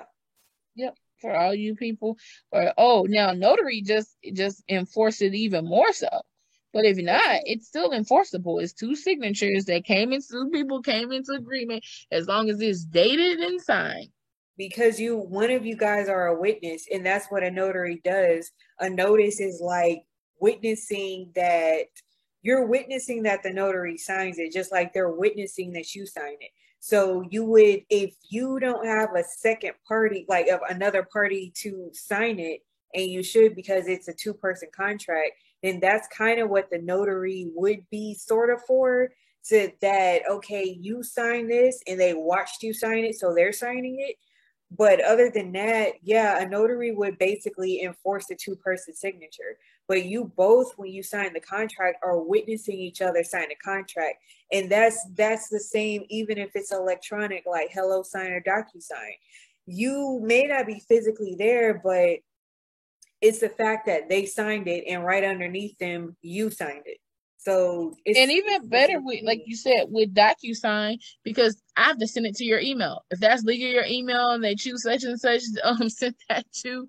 If you send the contract over via email, that's their email. If you have correspondence back and forth with that person, or even text messages that they acknowledge the contract, whether they say, well, I'm out of the contract.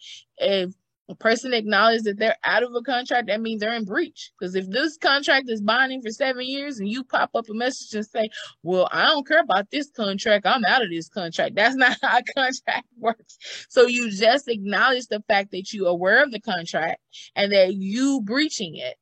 Because you didn't give, if there's no clauses on how you do that to get out the contract, or 30-day notice, or 2-year notice, or if no breach, you can't get out of it is until the 7th year, then you bound by that contract. And you think that when you're doing stuff, guys, know what your stipulations are. Because don't be like, oh, this not valid. And then we get that lawsuit, because people sometimes give you enough chance to hang yourself. Then you like, where'd that come from? Or such and such. Yeah. I'm surprised. I never knew about that. That's what we were saying about them changing the rules. Because they could be telling you one thing and have a whole set of rules behind them, and they'll pull that out in the court of law. I've witnessed that before. And that's why they said official rules. They kept saying the official rules. And you're like, what? That's like Tommy saying, I'm going to work. El Martin and many Martin lovers out there that watch Martin show. And he tell me I'm going. He's like, what job, man? You ain't got no job. That's the same thing. They were talking about official rules. What official rules? You don't have no official rules. Or like Tommy said, like when they say, what's your job? I already told you, you know what I do. They're like, you never told me. You never told me, Tommy. It's like, yeah, I did. Yeah, it's known but unknown. Like he got money because he's working somewhere, but where you don't know because you like, but he's here too at the same time. It's just like those rules that they set for the stipulation for the grants. But again, they say our sponsor. So they have a sponsor that is giving them money to fund this grant that they're going after. Like, it's like, guys, if you a nonprofit organization or a business and you say, I want to give scholarships out to kids, and us banks say, you know what, we're going to sponsor that and give you the funding for that. This is the criteria. The bank agrees with the criteria, but the bank like, oh no, I can change it up at any moment. So the Billie Jean House can't dictate anything because they don't have any money. But we're gonna say CD Bank. I hope there's no CD banks out there. Not trying to just say anything against those banks. It's just a hypothetical made up in the air. Says, oh no, I don't want this to happen with this person or this. And you're like, well, we said for minority. That's why I reached out to you to be a sponsor. I want to help minority businesses or minority kids get scholarships. And they're like, yeah. That's good, but we're gonna put this Caucasian kid in here because they're part of the disadvantage of this. And you like, huh? Yeah, that's by law definition. They fit right in there. So this is really who I want to get funded. So that defeats the purpose, guys. They just need to have the sponsor, the Switzerland Bank, come forth and say, this is what we give it and what we're requiring. And they like, we deny. My thing is this also. If there's people out there who are looking for venture capital opportunities, that's who your target audience is, not people like us who need the grants, because we know we can't pay back. Most of us, we know we can't pay back 1,000, let alone 25,000. So we just like, all right, if you give me this grant, that I know I don't have to pay back, I'm good. And then I'm spending it the way I told you I was going to spend it because this is what I need to run the programs, you're good. But in this instance, should you go with it, even if you tell them I need to spend ABC, they're going to say, oh yeah, that's cute, that's nice, but you're going to spend this like we say. You're going to buy what we tell you to buy because we're trying to make this scalable. We're trying to, we're trying to get the people in. So yeah, they may change your whole brand up because to be able to say scalable, was scalable, but it could be even better with your name change, something simpler, or the colors change because there's psychology that goes behind colors, and you may like, I don't care about that. This is this color because it's sentimental because my grandma wore this color and she motivated me to do this business. They don't care nothing about all of that because they have to say so with their money that they're investing. Mm-hmm. And so that's how it is. He who have capital rules.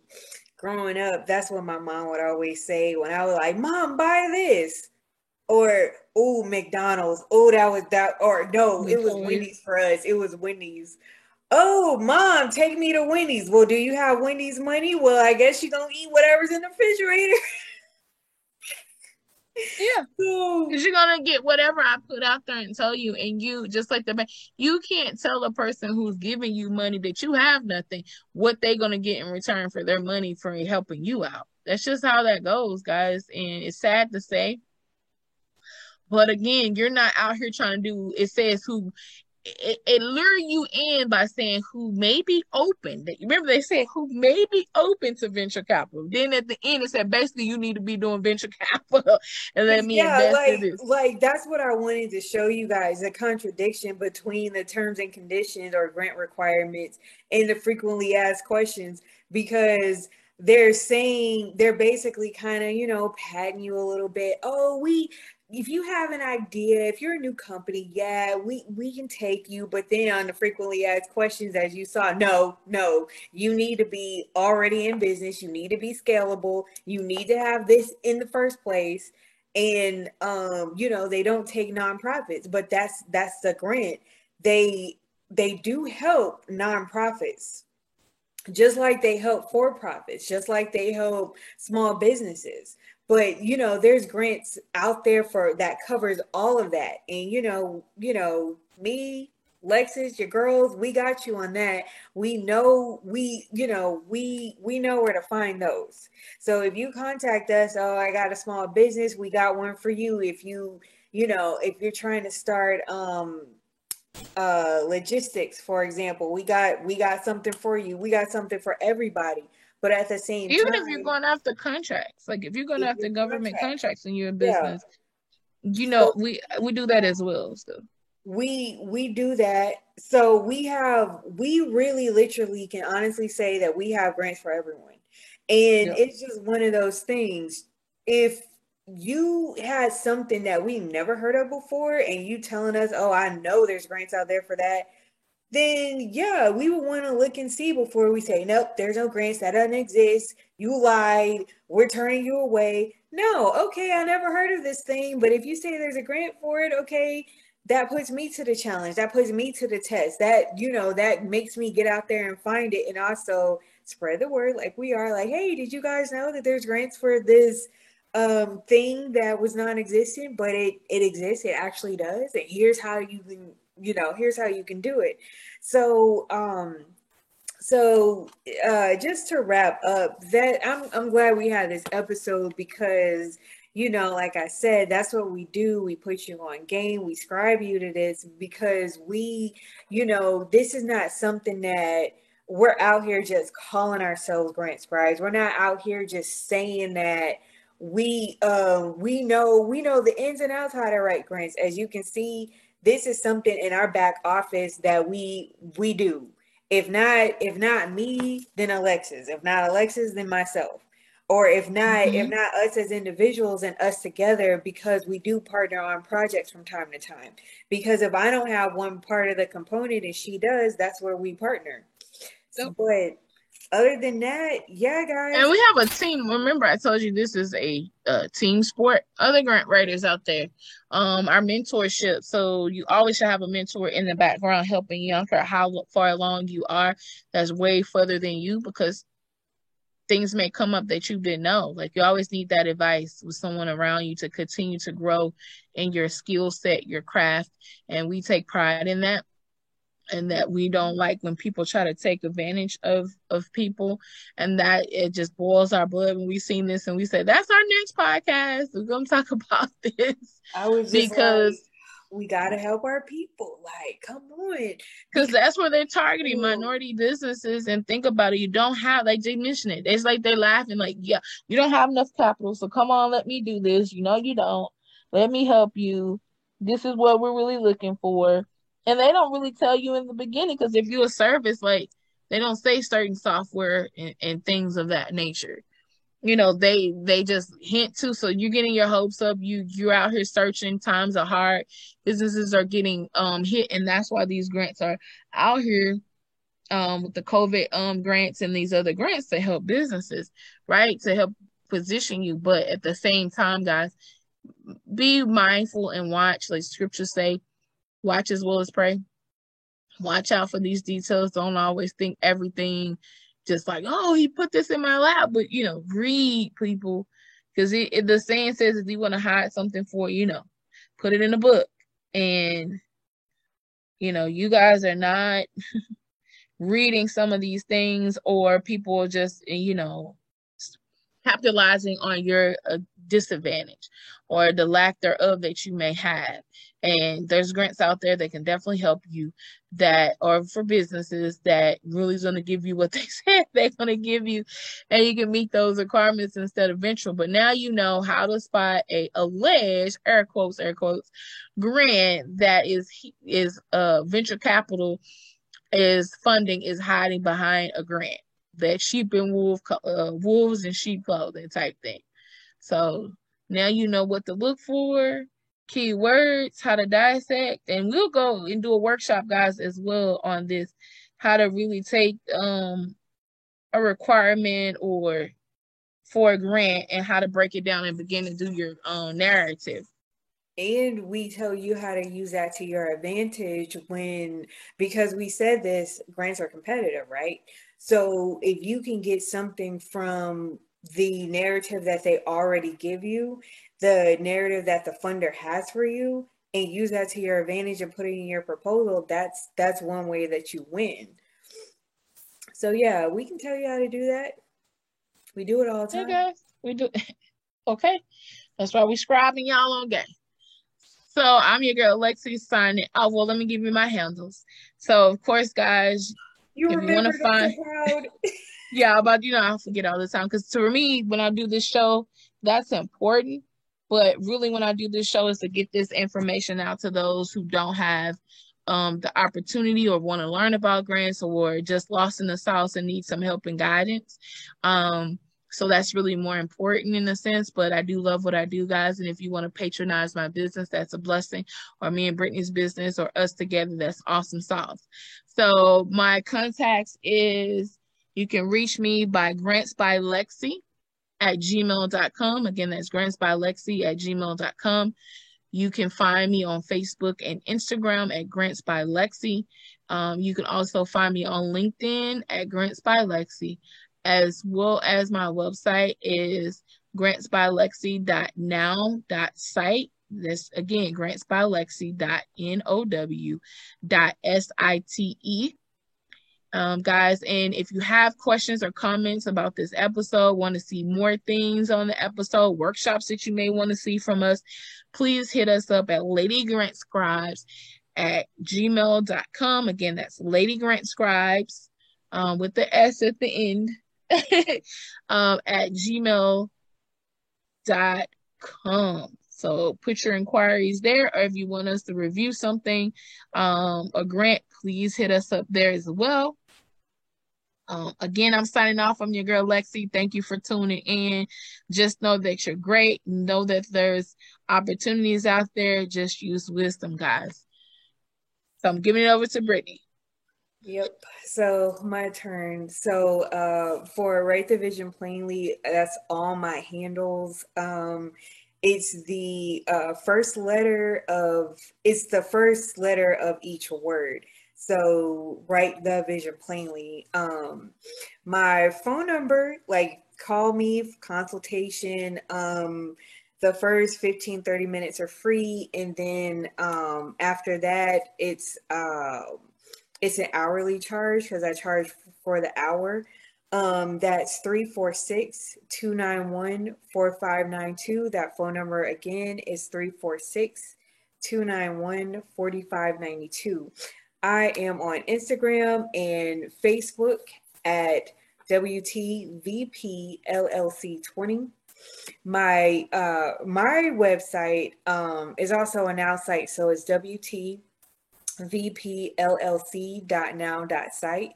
Again, that's WTVPLLC.now.site. I'm also on LinkedIn at WTVP. For Lady Grant Scribes, we're on Facebook at facebook.com/LGSP21, on Instagram at Lady Grant Scribes Podcast, and on Twitter at Lady Scribes. Our, as she said, our email is ladygrantscribes@gmail.com. And mine for Write the Vision Plainly is WTVPLLC@gmail.com. So, contact us, get to know us, talk to us, connect with us socially. Let us know about this episode. Like, if you guys really enjoyed it.